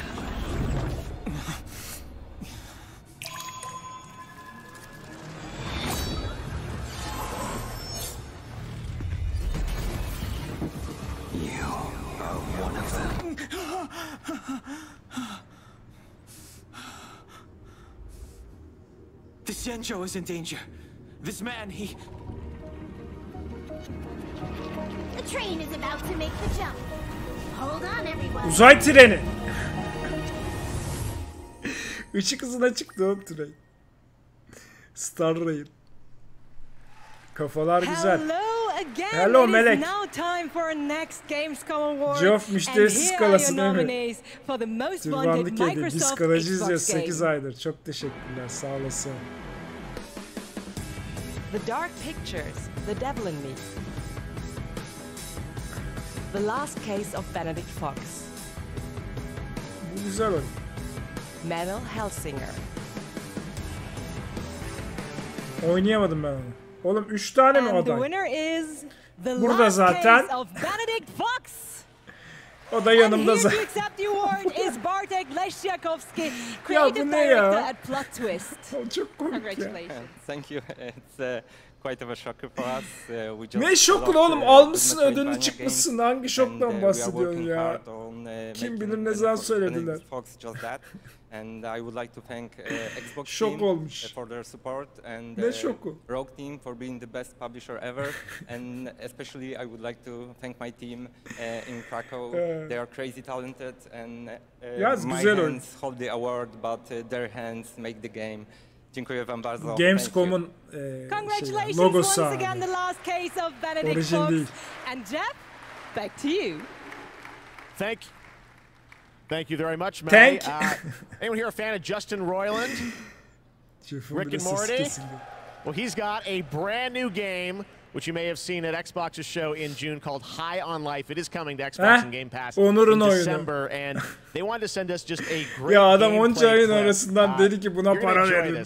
Talking guns in a boss fight, and that's all I'm going to say to set this up. İsmail 20 lira yollamış. Çok teşekkürler. This is a trip. Check this out. World premiere High on Life. Sağ olasın. Onur'un oyunu geldi.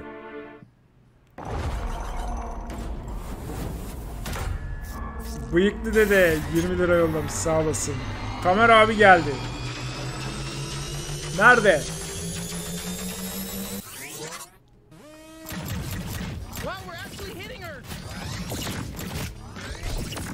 Acaba bu balığı kendine mi benzetti Onur? Oradan bir yakınlık mı? Yakınlık mı kurdu oyunda?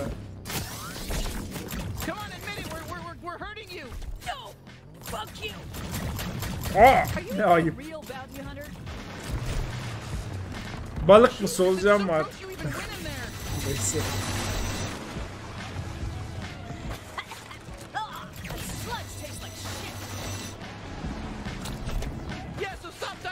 Onur Hoca sevdiyse vardır. Tamer'cim hoş geldin.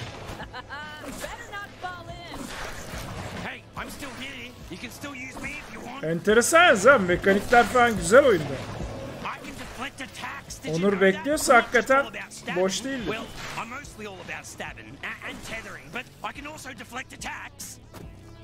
I'll slice them to fucking death. I'll cut their fucking heads off. I'll rip their limbs. I'll fucking do everything. Tiplere baksana abi. Amma küfür etti lan. Kırmızı olan çok küfür bas. Yaz bu da galiba Guardians of the Galaxy'de olduğu gibi devamlı konuşulan bir oyun. Kafa kaldırmaz. Kafa kaldırmıyor abi artık.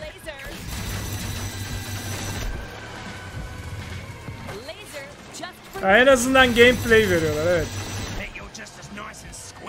Bak.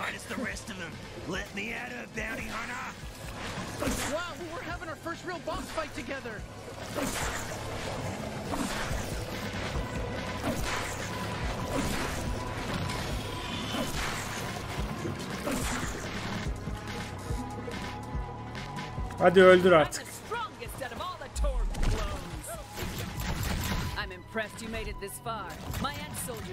Lan ölüyorsun hala etkilendim falan diyor boss.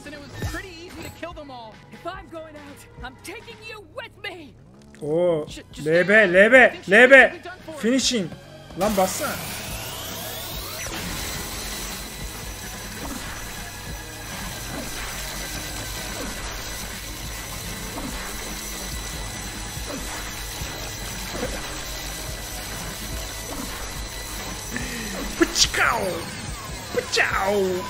Aa, kamçı olduğu için de sevmiş olabilir Onur. Bak. Kamçı nedeniyle de olabilir.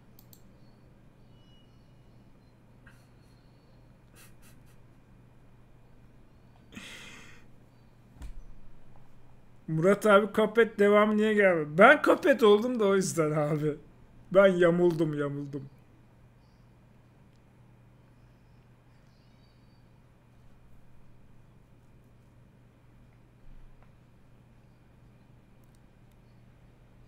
Oh 80 bin euro. Warhammer.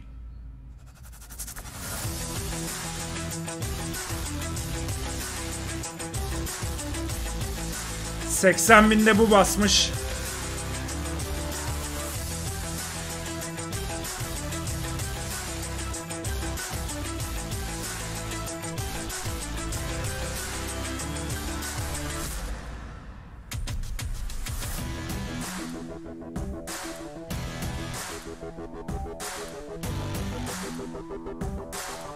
Yok bitmedi daha ya. Daha var 40 dakika var.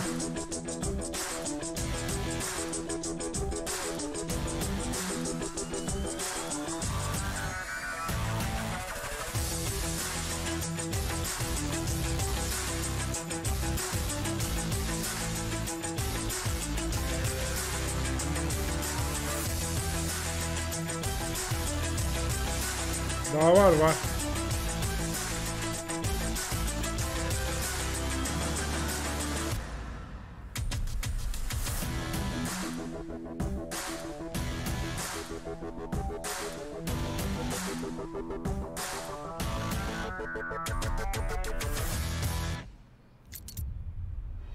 You've been selected from among thousands of candidates. Hey, Cutter. To join the Lynx family. You're from Earth, right? This is more than just a job.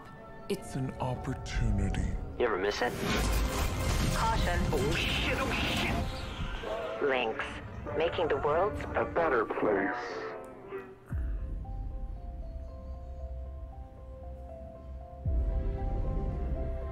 What they say about work in space is true.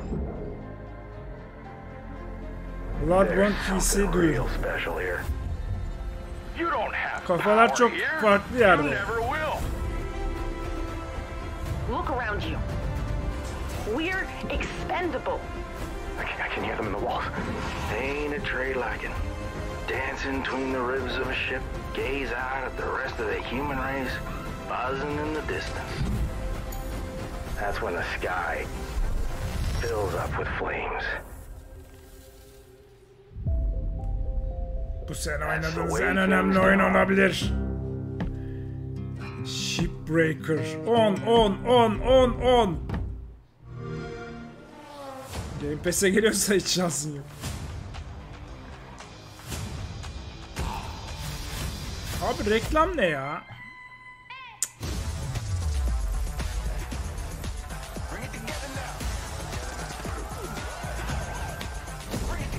Shipbreaker'da 35 saatim var. Hakan ya senin her oyunda zaten 35 saatin var ki ya ben senin kadar oyun oynayan adam görmedim.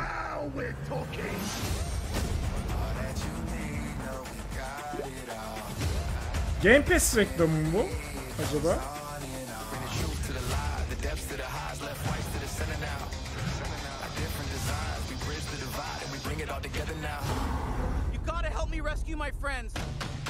Game Pass'miş. Evet.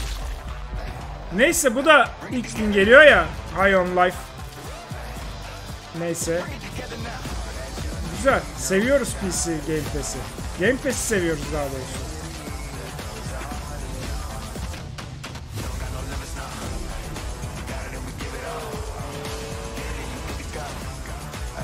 Türkiye için nimetli abi. Nimet şu anda. Game Pass yakında oyun oynayabileceğimiz tek platform olacak galiba. Son fiyatlardan sonra. Immortal geldi abi. 100 saatlik oyun. Bas geç. First announced back at the Game Awards, Telltale's next project is based on the Prime Video series The Expanse. Well, we showed you a little bit of the trailer at the Game Awards to set up the world. Now you're going to get a first glimpse of the gameplay with this behind-the-scenes clip. Enjoy. Allah Allah bak. Şaşırdım ha. Drummer, his suit is punctured and losing pressure. You need to release the vault attachment now or he could die. Hold still. Let's see what we can do. Captain Drummer, what are your orders? Expanse is obviously one of those universes that has a ton of opportunities to tell great Türbanlı stories. kedi. Abi gözünü seveyim kapa gidelim, bu nasıl fuar ya demiş. 100 lira yollamış. Çok teşekkür ederim. A big part of when we're making the game, not only are we thinking about the characters, we also have to think about how can we evolve the genre in any way that will make players excited to be part of this universe and feel like they're engaging in something rather than just being a passive audience member. You'll figure something out. I know you will. It's actually been a really interesting thing as an actor to explore some of her more vulnerable sides that by the time şeyi oynuyoruz öyle mi? They've been Kamina'yı oynuyoruz. Because this score, drummer, this is the greatest score any scavenger has ever come across. You'll need me if you want any chance of unloading it. Vallahi kitabı çok iyi. Dizisinden kat kat daha iyi. The craziness of an exploded ship that now constitutes several parts in a mass that you can move among, and balancing that out against almost like you're excavating a story. That's a personal story. Those are people, those are characters. Kitapta okuduğum yere kadar seyrettim diziyi. Son 2 sezonu seyretmedim. Whatever they were doing right before they died, being a scavenger, it's a pretty dark job. We're really excited about how it feels to both play and experience the story in the game. Dizideki karakterleri ben de çok beğenmedim. Özellikle Holden'ın sevgilisi neydi ismi? Hatırlayamadım şimdi kadının ismini. Hiç böyle benim düşündüğüm gibi değil yani. Holden güzel ama dizide Holden'ı oynayan iyi. Speaking of adapting things from one medium to another, here's a film adaptation that into a game which I don't think we ever expected. Check this out. Onun da biraz Asyalı olması lazım. Öyle bir şey vardı değil mi? Ama onun ailesi çok geniş ya. Yani oradan mı acaba şey yaptılar? Commodore 64.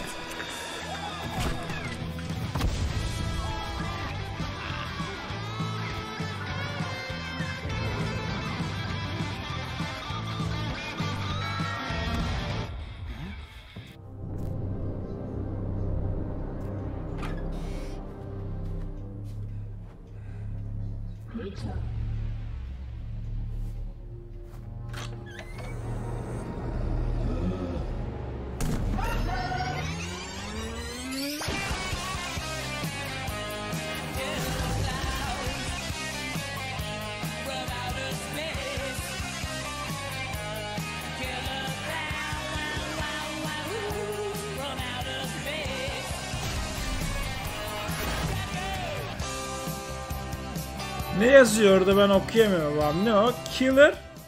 Killer Clowns.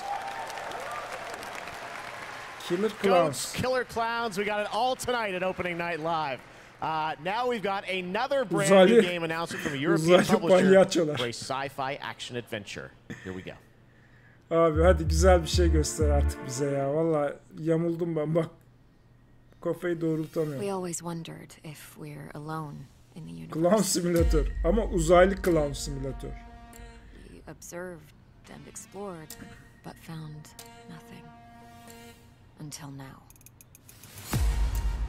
It has been 6 months since the alien object known as the Metahedrons suddenly appeared above Earth's atmosphere. Personal log, sentient contact assessment and response team. Kate? We have an issue.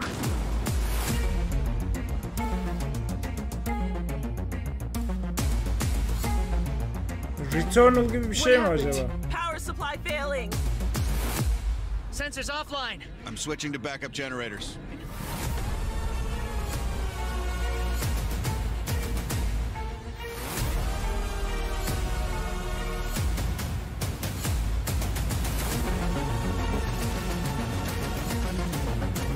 Returnal'a çok benziyor.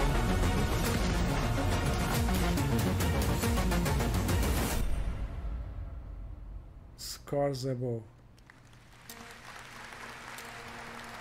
Yani fena gözükmüyor. Ne olduğuna bakar. Çok bir şey anlamadık ne olduğunu. Returnal'a benziyor. Now we're going to talk about Gamescom Goes Green, which is an initiative that has made Gamescom the first climate-friendly gaming event in the world. The core event and this show, opening night live, I'm happy to say, are 100% climate neutral for the first time, and that's something we all should be very proud of. You guys are part of that too. Now, as part of this initiative, Gamescom, along with the United Nations Environmental Program Initiative, Playing for the Planet, are going to give out the first ever Gamescom Goes Green Award to the best sustainability concept from an exhibitor here at Gamescom. And the nominees are Microsoft Xbox, Yuki, and the Indie Arena booth. And to find out the winner, let's turn it over to Melly. Thank you, Jeff. And yes, the winner of this year's Gamescom Goes Green Award is Yuki. And here to accept the award is Dr. Joe Twist, CEO of Yuki. Congratulations. Thank you so much. Thank you, Gamescom, for this wonderful award. It's brilliant to be recognized. Thank you to the Yuki team who works so hard every day to be greener. And thank you to the UN's Playing for the Planet Alliance for inspiring us to change. You know, it's so fantastic to see these amazing game worlds that we're going to play in over the next year. But you know, Biraz kulaklarımız dinlensin be. Bir de ablanın da sesi car car geldi biraz. Ödülü evden getiriyorlar değil mi? Kendileri yapıyormuş ödülü. Ödülünüzü yapın gelin.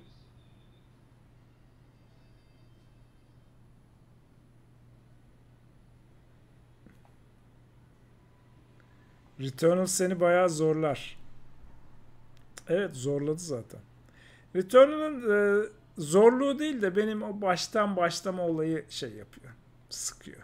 Yoksa hallederiz zorluğunu. And your Gamescom 3 today. Jeff, back to you. Jeff? Awesome. Thank you very much. Ayol Jeff. Hadi bize bir şey göster artık. A brand new game from a new studio of industry veterans working Herifin zaten kurduğu cümleler hep aynı abi. Brand new game, fantastic game. World Premiere. Sıralarını değiştiriyor sadece. Cümle aynı. Aha. Aha. Aha. Avovut mu yoksa? Obsidian'ı saydı ama Something Wicked Game. Sen oradan ayrılan adamların mı oyunu mu? There exists two lies. One before the shadow, and one behind the eye.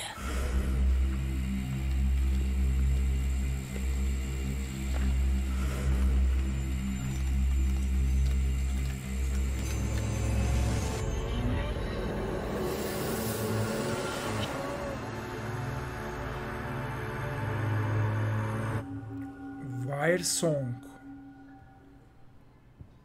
Evet, çok güzelmiş. Harika. Lots of news here at Gamescom. All right, let's talk about Xbox brand and new, Age of Empires brand new 4 game. that continues to expand.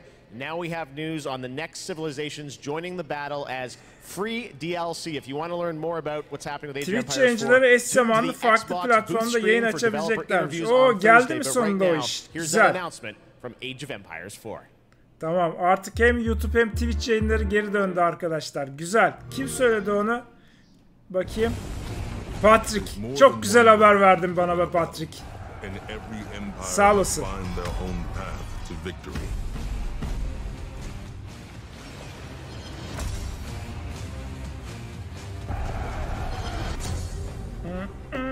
Whether you strike from afar or ambush up close, the Malians will use wit and strategy to outmaneuver their opponents and gain the advantage on the battlefield.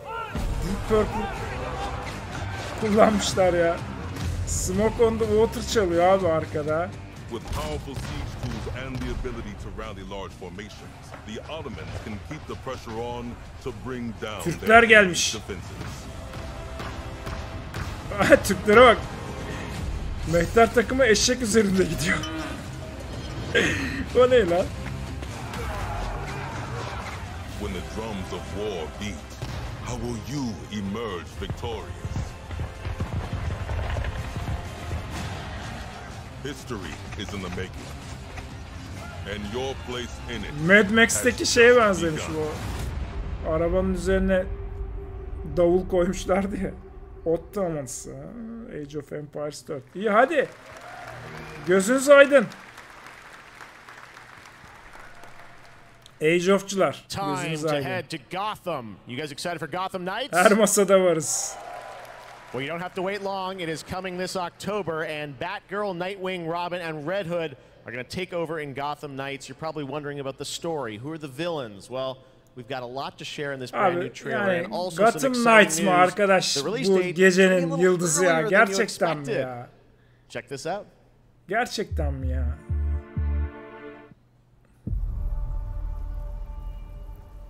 Jim Gordon never gave up on anything. That's why Gotham City is still here. It's why I'm still here. And I've known for a while now that someday, like him, şu PlayStation 4 grafiklerinden kurtulamadık ya hala. Modellemeler, karakterler, dokular. Bir türlü geçemedik ya yeni nesle.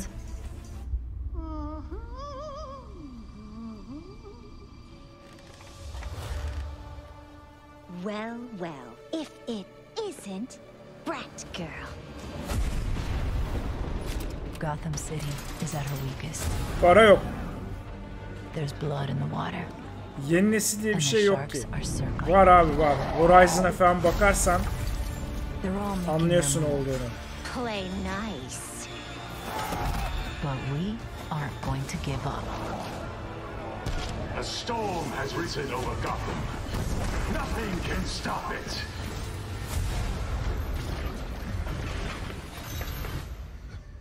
Ya bu oyunu oynamak istiyorum ben ama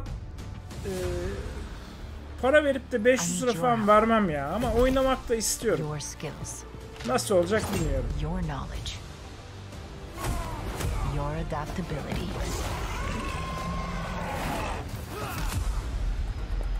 Microsoft herkesi alsa da dünyadaki bütün herkesi alsa hepsini Game Pass'e getirse. This biopic is based on a true story. My story. True. The world will feel the cold as I do. I got one last little surprise for you.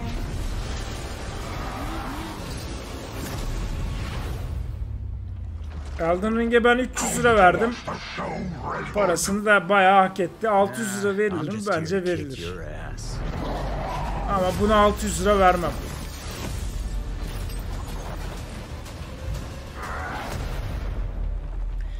Var ya en sonunda hakikaten malum yöntemlere döneceğiz herhalde ülkece. Pretty good trailer, right? October 21st now for Gotham Knights. All right, now it's time to announce a brand new game from a new studio. The global announcement of the ambitious new adventure game developed by Everstone Games. It's called Where Winds Meet. It's an interactive open-world RPG featuring action, adventure, and martial arts set in a turbulent time in the northern Song layıkıyla yapmıyorsun bu işi. Looks really cool. Check out this announcement. Where Winds Meet. Combat is really cool. Gerçekten öyledir. Karta yazmış, oradan okuyor.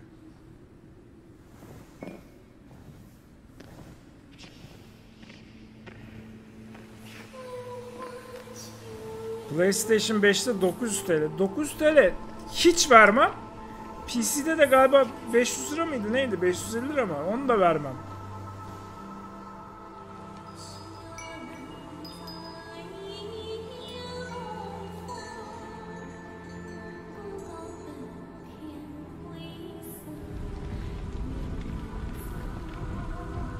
New York gibi.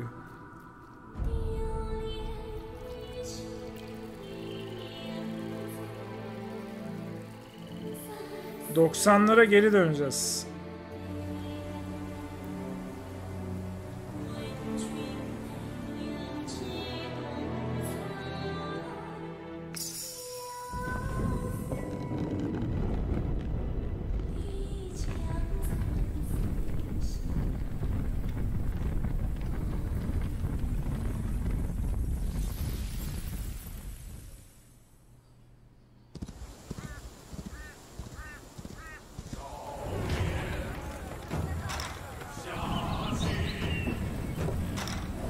O ne lan? Gökyüzünde mi yürüyor herif?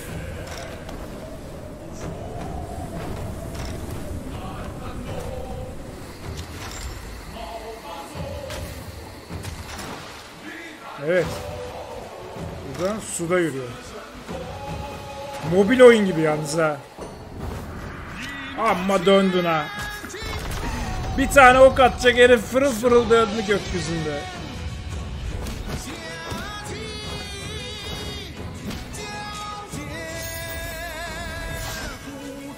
Ben beğenmedim.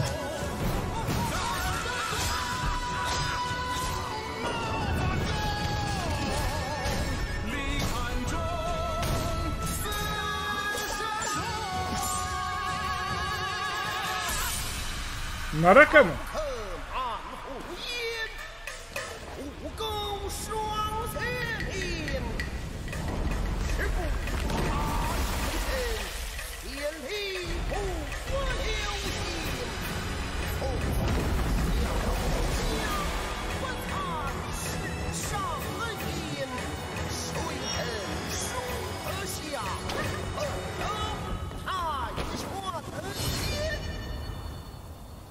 Where winds meet. Çinliler sağlam geliyor ama. Bu oyun çok sağlam diyemem oyun için ama Çinliler geldi mi pir gelecek var ya. Darma duman edecekler. 3-5 seneleri kaldı. Bunlar öncü birlikler.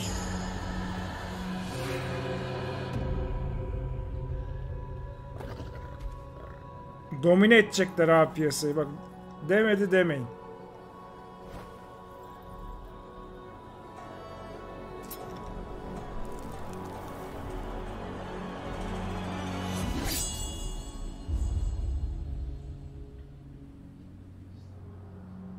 Kültür desem var, altyapı desem var. İşte bilmiyorlar daha AAA işini. Öğrenecekler. So much new IP tonight. It's really cool. All right.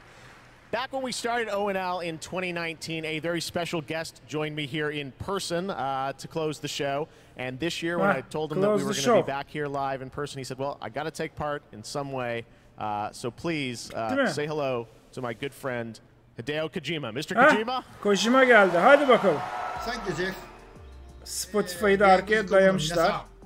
こんにちは。小島秀夫です。僕は今ですね、ゲームの制作、ゲームの新作に取り組んでおりますが、今回は別のニュースのお知らせとなります。この度9月から、僕のポッドキャスト番組を Spotify でなんと Lan duyurdukları şeye bak. Podcast'ta başlamış Spotify'da. それでですね、英語版と日本語版をそれぞれ同時通訳を交えて制作するというですね、新しい試みです。全世界のリスナーに向けてお届けをしたいと思います。またですね、ジェフ・キーによるエンタメ業界ニュースのコーナーもレギュラー化の決定です。第1回の配信は9月 Oğlum hakikaten bak bunu söyleyip gitme ağır küfür ederim ha. Kojima.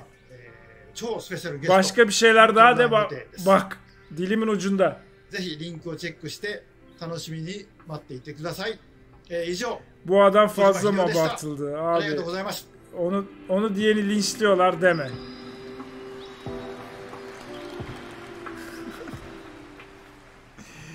Hay Allah'ım ya. Yapa Spotify reklamı yaptı herif ya. From Limbic Entertainment and Bandai Namco, and this year they've got an awesome booth experience for those of you here in person, and for those of you at home, we've got a brand new trailer that shows you more of this incredible amusement park simulation game. Lan robot mu acaba bu ya?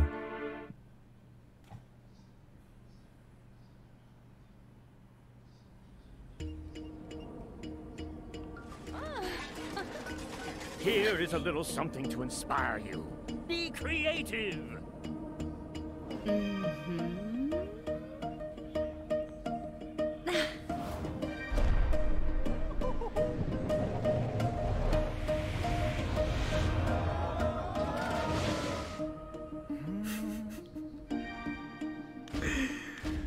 Güzel ya bence bu oyun. İşte Theme Park.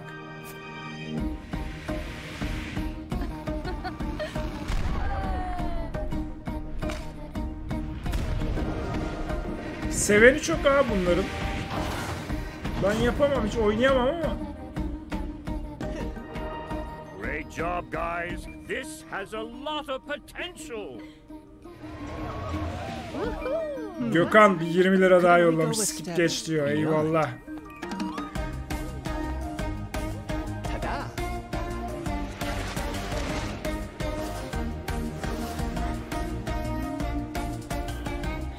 Hakan, senin sevmediğin var mı ya zaten?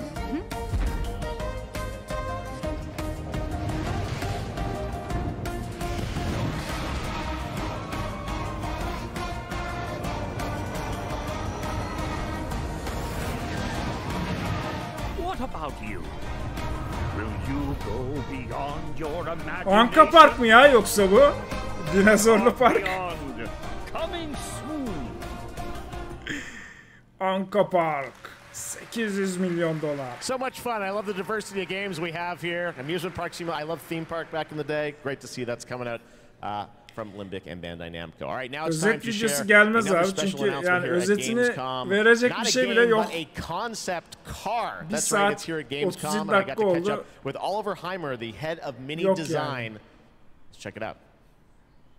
Callisto protokol geliyor bir tek aklıma. All right, I'm over here at the Mini booth with Oliver. This is the Mini Concept Aceman reveal.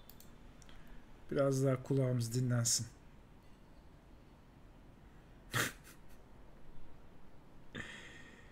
Abi Hogwarts'tan da hiçbir şey göstermedi. Yani ondan da bir şey gösterdi diyemem. Başka ne vardı? Lords of the Fallen'ın ikincisi geliyormuş. O enteresan. Lies of P fena değil. Onun dışında ne vardı başka? Bioshock gelirse en sonda gelir. Evet, Lies of P Game Pass'e gelecekmiş. O güzel. Kim dedi Bioshock geliyor diye. Ya Bioshock devamlı bir Twitter'da bir hype yaptılar Bioshock diye. Yani o yüzden millet de tabii Gamescom'da olursa burada olur diye düşünüyor insanlar da. The Fallen of Anka Park. Avowed falan yok da böyle şeyler gösterilmedi.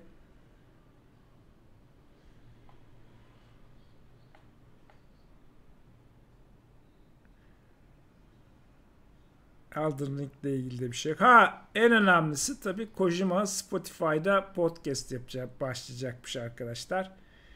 Müthiş. En önemli bence günün yıldızı. Homeworld 3 var. Age of Empires 4'e Osmanlı'nın gelmesi var. Ondan sonra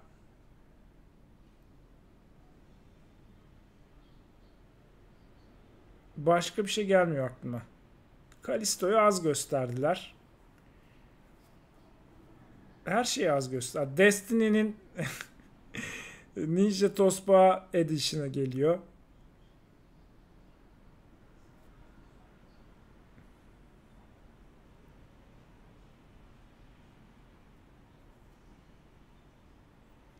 Age of neden konsola gelmiyor?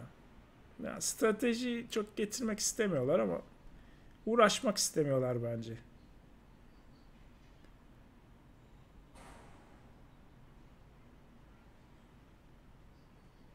Ne uzun sürdü be.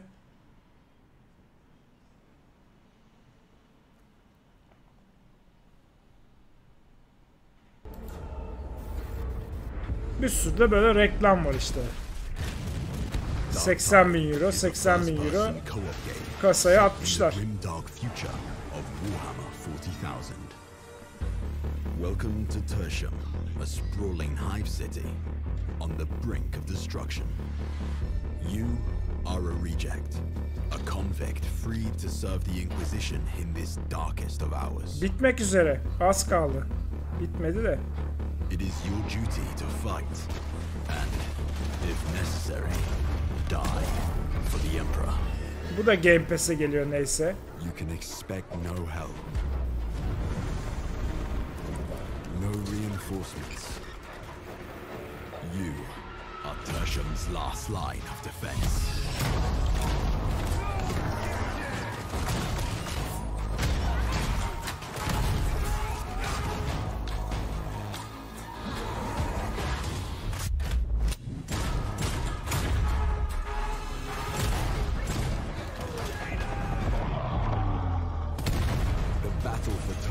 Is about to begin.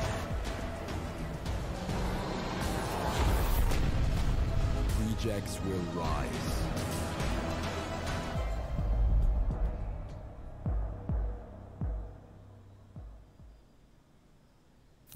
Sadece PC'ye geliyormuş bu oyun. İlginç. Once upon a time, there were two twin sisters, Zora and Yaga. You got it all wrong. Once upon a time, there was a freak with no face. Stop it! You can't hide from Baba, princess. How much longer you want to be a nobody? I just need to find the Red Oak. What you really want to find is the hut.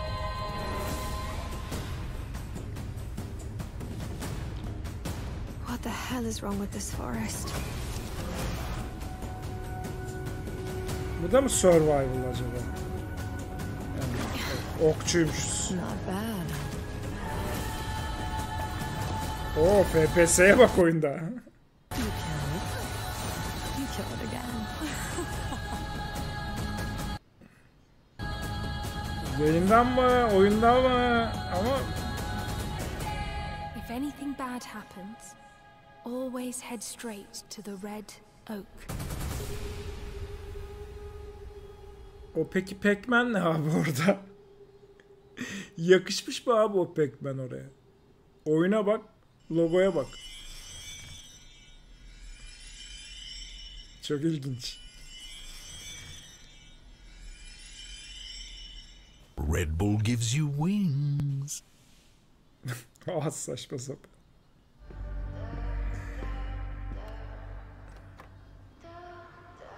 Ya hadi bit de gidelim artık ya.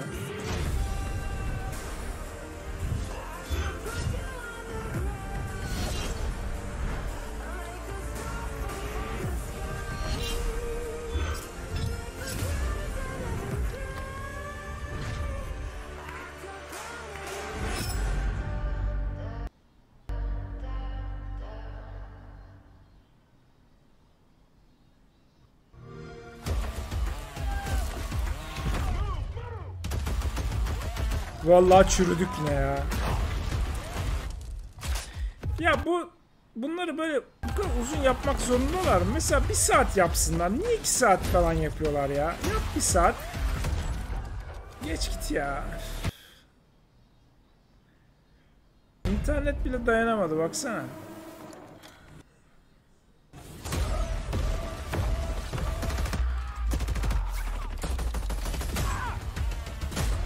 Bir de bu müziğe uygun silah sıkma da baymadı mı artık ya? Ta ta ta ta ta ta ta tu tu tu tu. Herkes yapıyor abi, herkes.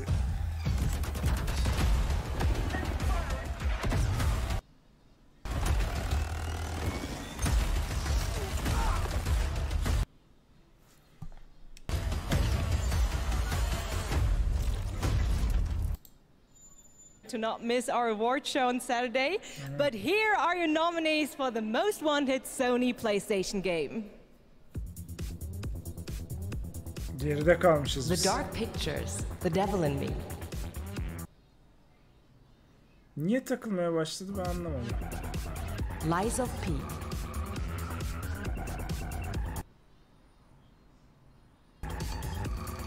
One Piece Odyssey.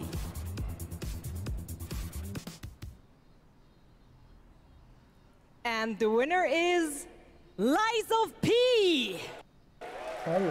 Here to accept the award is Ji-won Choi, Project Director at NeoWiz. The stage is yours. Oh, thank you.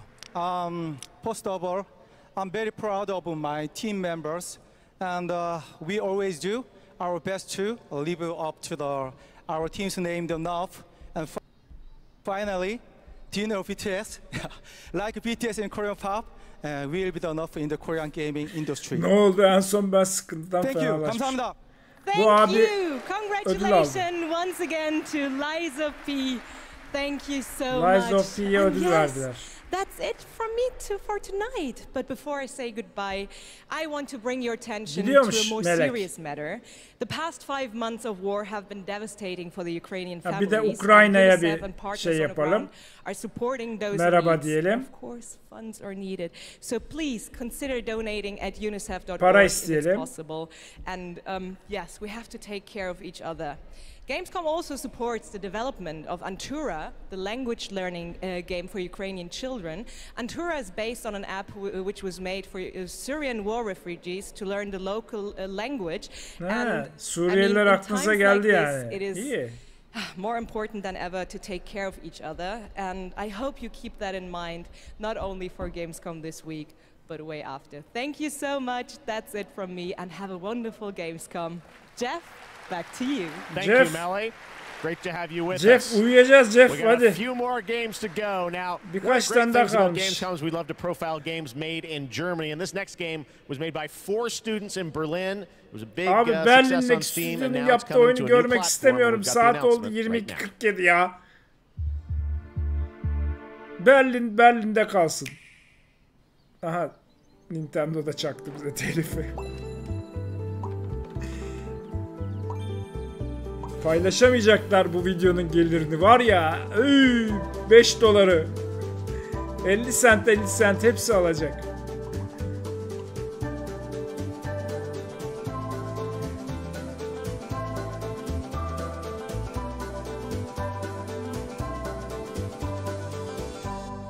Dorf romantik. Alkışlıyorlar. Beautiful. Now we're gonna get dark. The Outlast Trials. You guys excited for this game? The Outlast Trials we showed you last year. Doğru, Outlast vardı. Unuttuk ya. Anything sense really from the team, and everyone keeps asking me, when are we going to get to play this? Well, tonight we've got the world premiere of the brand new trailer, and yes, some news on when you might get to play it. Here we go. Outlast mı yani bu gecenin yıldızı?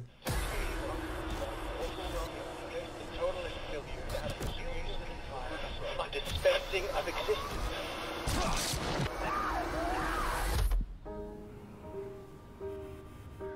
To create constant pressure. Absolute. Feel your control. 2023'ün Mart'ı diyorum ben. 2023'ün Nisan'ı diyorum, yok. Ya da Mayıs'ı. Tamam, 2023 Mayıs diyorum.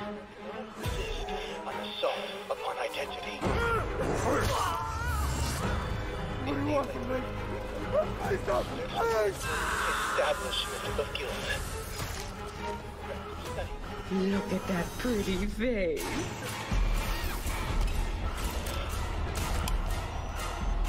Progress in harmony.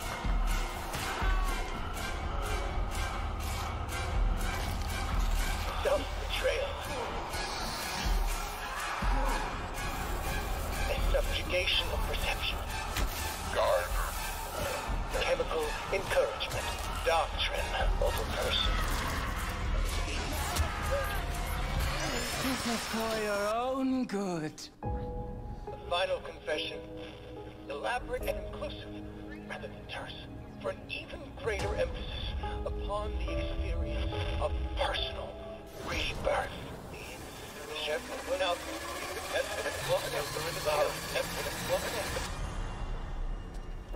Political criminals are subjected to a literally fatal dispensing of existence by the promise of rahatsız edici bir trailer yapmayı başarmışlar ama. Closet beta ne lan? That's right. Some people will get to play something this year. The Outlast çok Trials. güzel, çok harika haber gerçekten. Of the first release Closet from Embark Studios, abi. Which a lot of the veterans that worked on the Battlefield franchise in Stockholm, Sweden.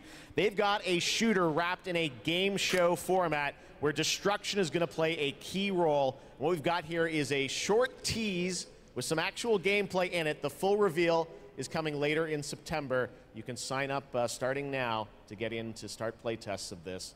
Check out the finals.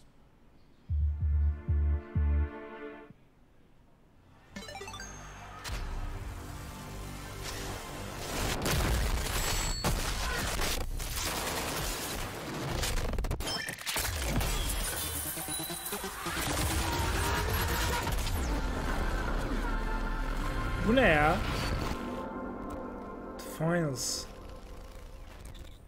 Abi hiç yapmasaydın trailer bence olurdu yani. Gerek yokmuş yapmanıza. We got one more game for you tonight at Gamescom opening night live, and this is one we've all been waiting Ağzını yiyeyim Jof. long time for. Çok uzun zamandır beklediniz. Hadi Bioshock. Evet. Bioshock geliyor arkadaşlar. Hadi bakalım.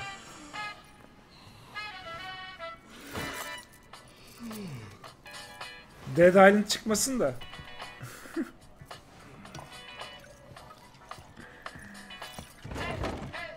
Hiç Bioshock gibi gözükmüyor. Dead Island abi bu.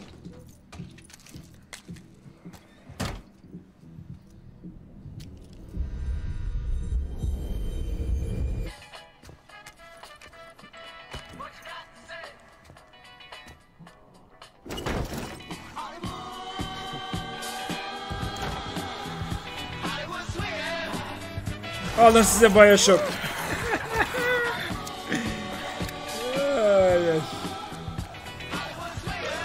Ulan bari gameplay yapaydınız ya. 700 senedir yaptığınız oyunu hala. Bu herifin ismi neydi ya bu arada, bu şarkıcının? Arkada da çalıyor ya.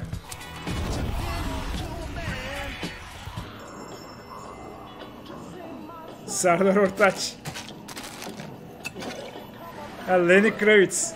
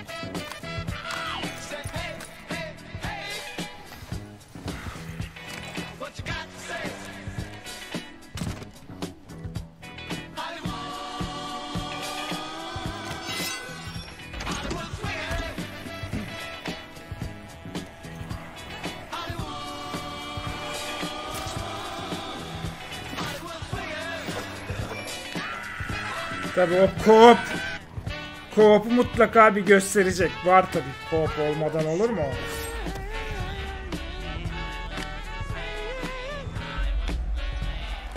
Hey, 3 Şubat'ta geliyormuş Dead Island.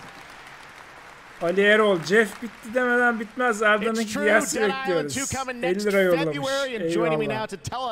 Çok teşekkürler. Con, great to have you with us. First of all, let's explain a little context to that trailer we saw. Who is that character that we meet? 15 senedir yapıyorsunuz şu oyunu. Adam gibi güzel bir gameplay gösterseniz abi. Hala CGI ya. Bu nedir abi? Our zombie slayers have larger-than-life personalities and unique dialogue, which fits in with a very pulpy and irreverent tone, as you could tell. I see the tagline there, see you in Hell A, so it looks like we're heading to Los Angeles in this game? Well, our pulpy tone is kind of a love letter to classic cult Hollywood horror B movies. So we're better to set it than in Los Angeles. Sort of a modern paradise gone to hell. Oh yeah, it looks cool. It's obviously over the top. I know you're working on the narrative for it. This game has been, long awaited for many, many years. You guys have been working on it for a few? Yeah, I'm sure some fans would agree with you. Çocukken başlamıştım yapmaya 15 sene önce. Deep Silver Studios started work on it about 4 years ago. We were really lucky. We got to build it from the ground up. We got to focus on what we love about the franchise, the over-the-topness, and bunların eline 4 sene önce geçmiş. Baştan başlamışlar. Out of that. So let's talk about the gameplay. We saw the CG piece obviously, but what can we expect from the gameplay? Birinci oyundan farkı neydi? Birinci oyun gibiyse iyi. Birinci oyun gibi keyifliyse tamam, bir şey demeyeceğim. Öyle bir şey çıkmayacak bence. It's a combat toy box of close quarters melee brutality with a few guns for fun.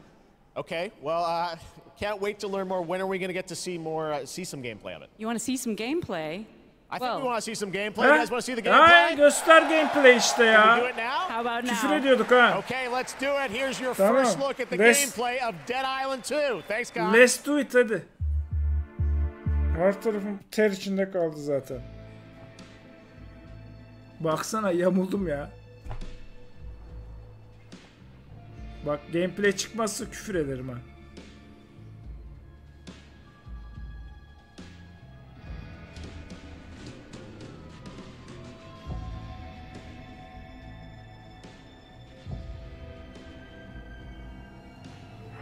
Stand the fuck back. It's hammer time.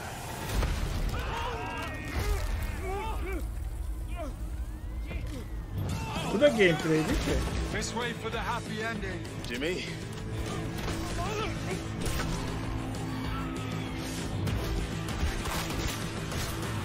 Humanity's survival depends on the red gold pumping through my veins. Well, sounds like you're the star of the show now. This motherfucker.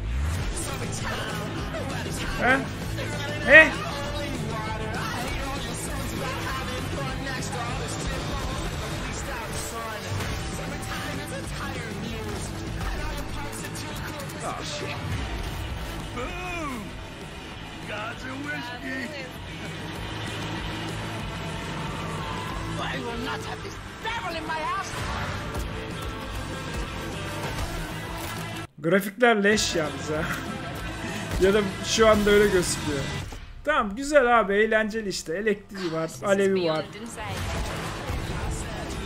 Patlaması var. Baltası var. Kafalar uçuyor, kollar çıkıyor falan. Tamam olmuş bence.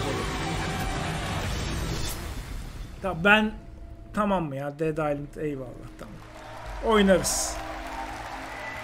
Aynen zombi öldüren oyun. Dying Light gibi kabız olmasın.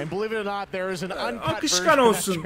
Aksiyonu yeter. That's Dead Island 2 coming in February, and that is going to wrap up all the reveals for Gamescom Opening Night Live 2022. It's been a fun show, but before we go, I just want to say I hope everyone has a great Gamescom. There's lots of live streams for the next couple of days. Lots of things for you guys to go and play and check out here on the show floor. And as for me and the team, well, we're going to go back to Los Angeles and get ready for the Game Awards 2022. Which I'm excited to announce will be live on Thursday, December the 8th. 2022 from the Microsoft Theater in Los Angeles. We've got lots of great stuff we're working on for that. But until then, hope you guys have a great Gamescom. Thanks so much for being a part of Opening Night Live. Sesini kestim senin. Jeff. Sesini kestim senin Jeff.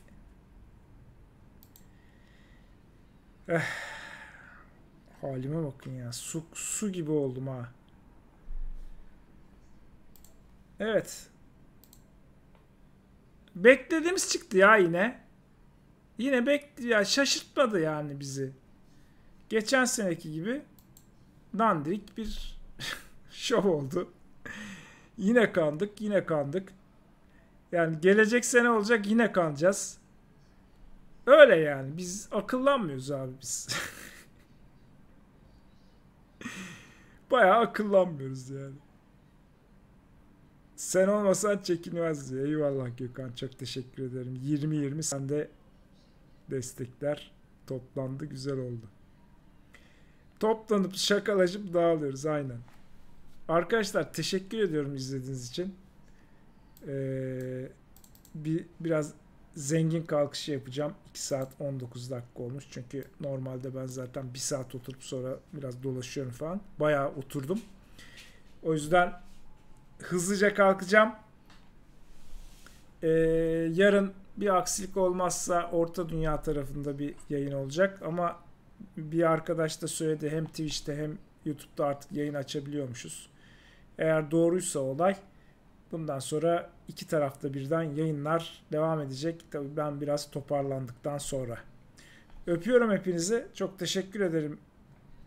Burada izlemeyi tercih ettiğiniz için. Gamescom'un bu berbat şovunu beni yalnız bırakmadığınız için teşekkür ediyorum. Hepinizi seviyorum. İyi akşamlar.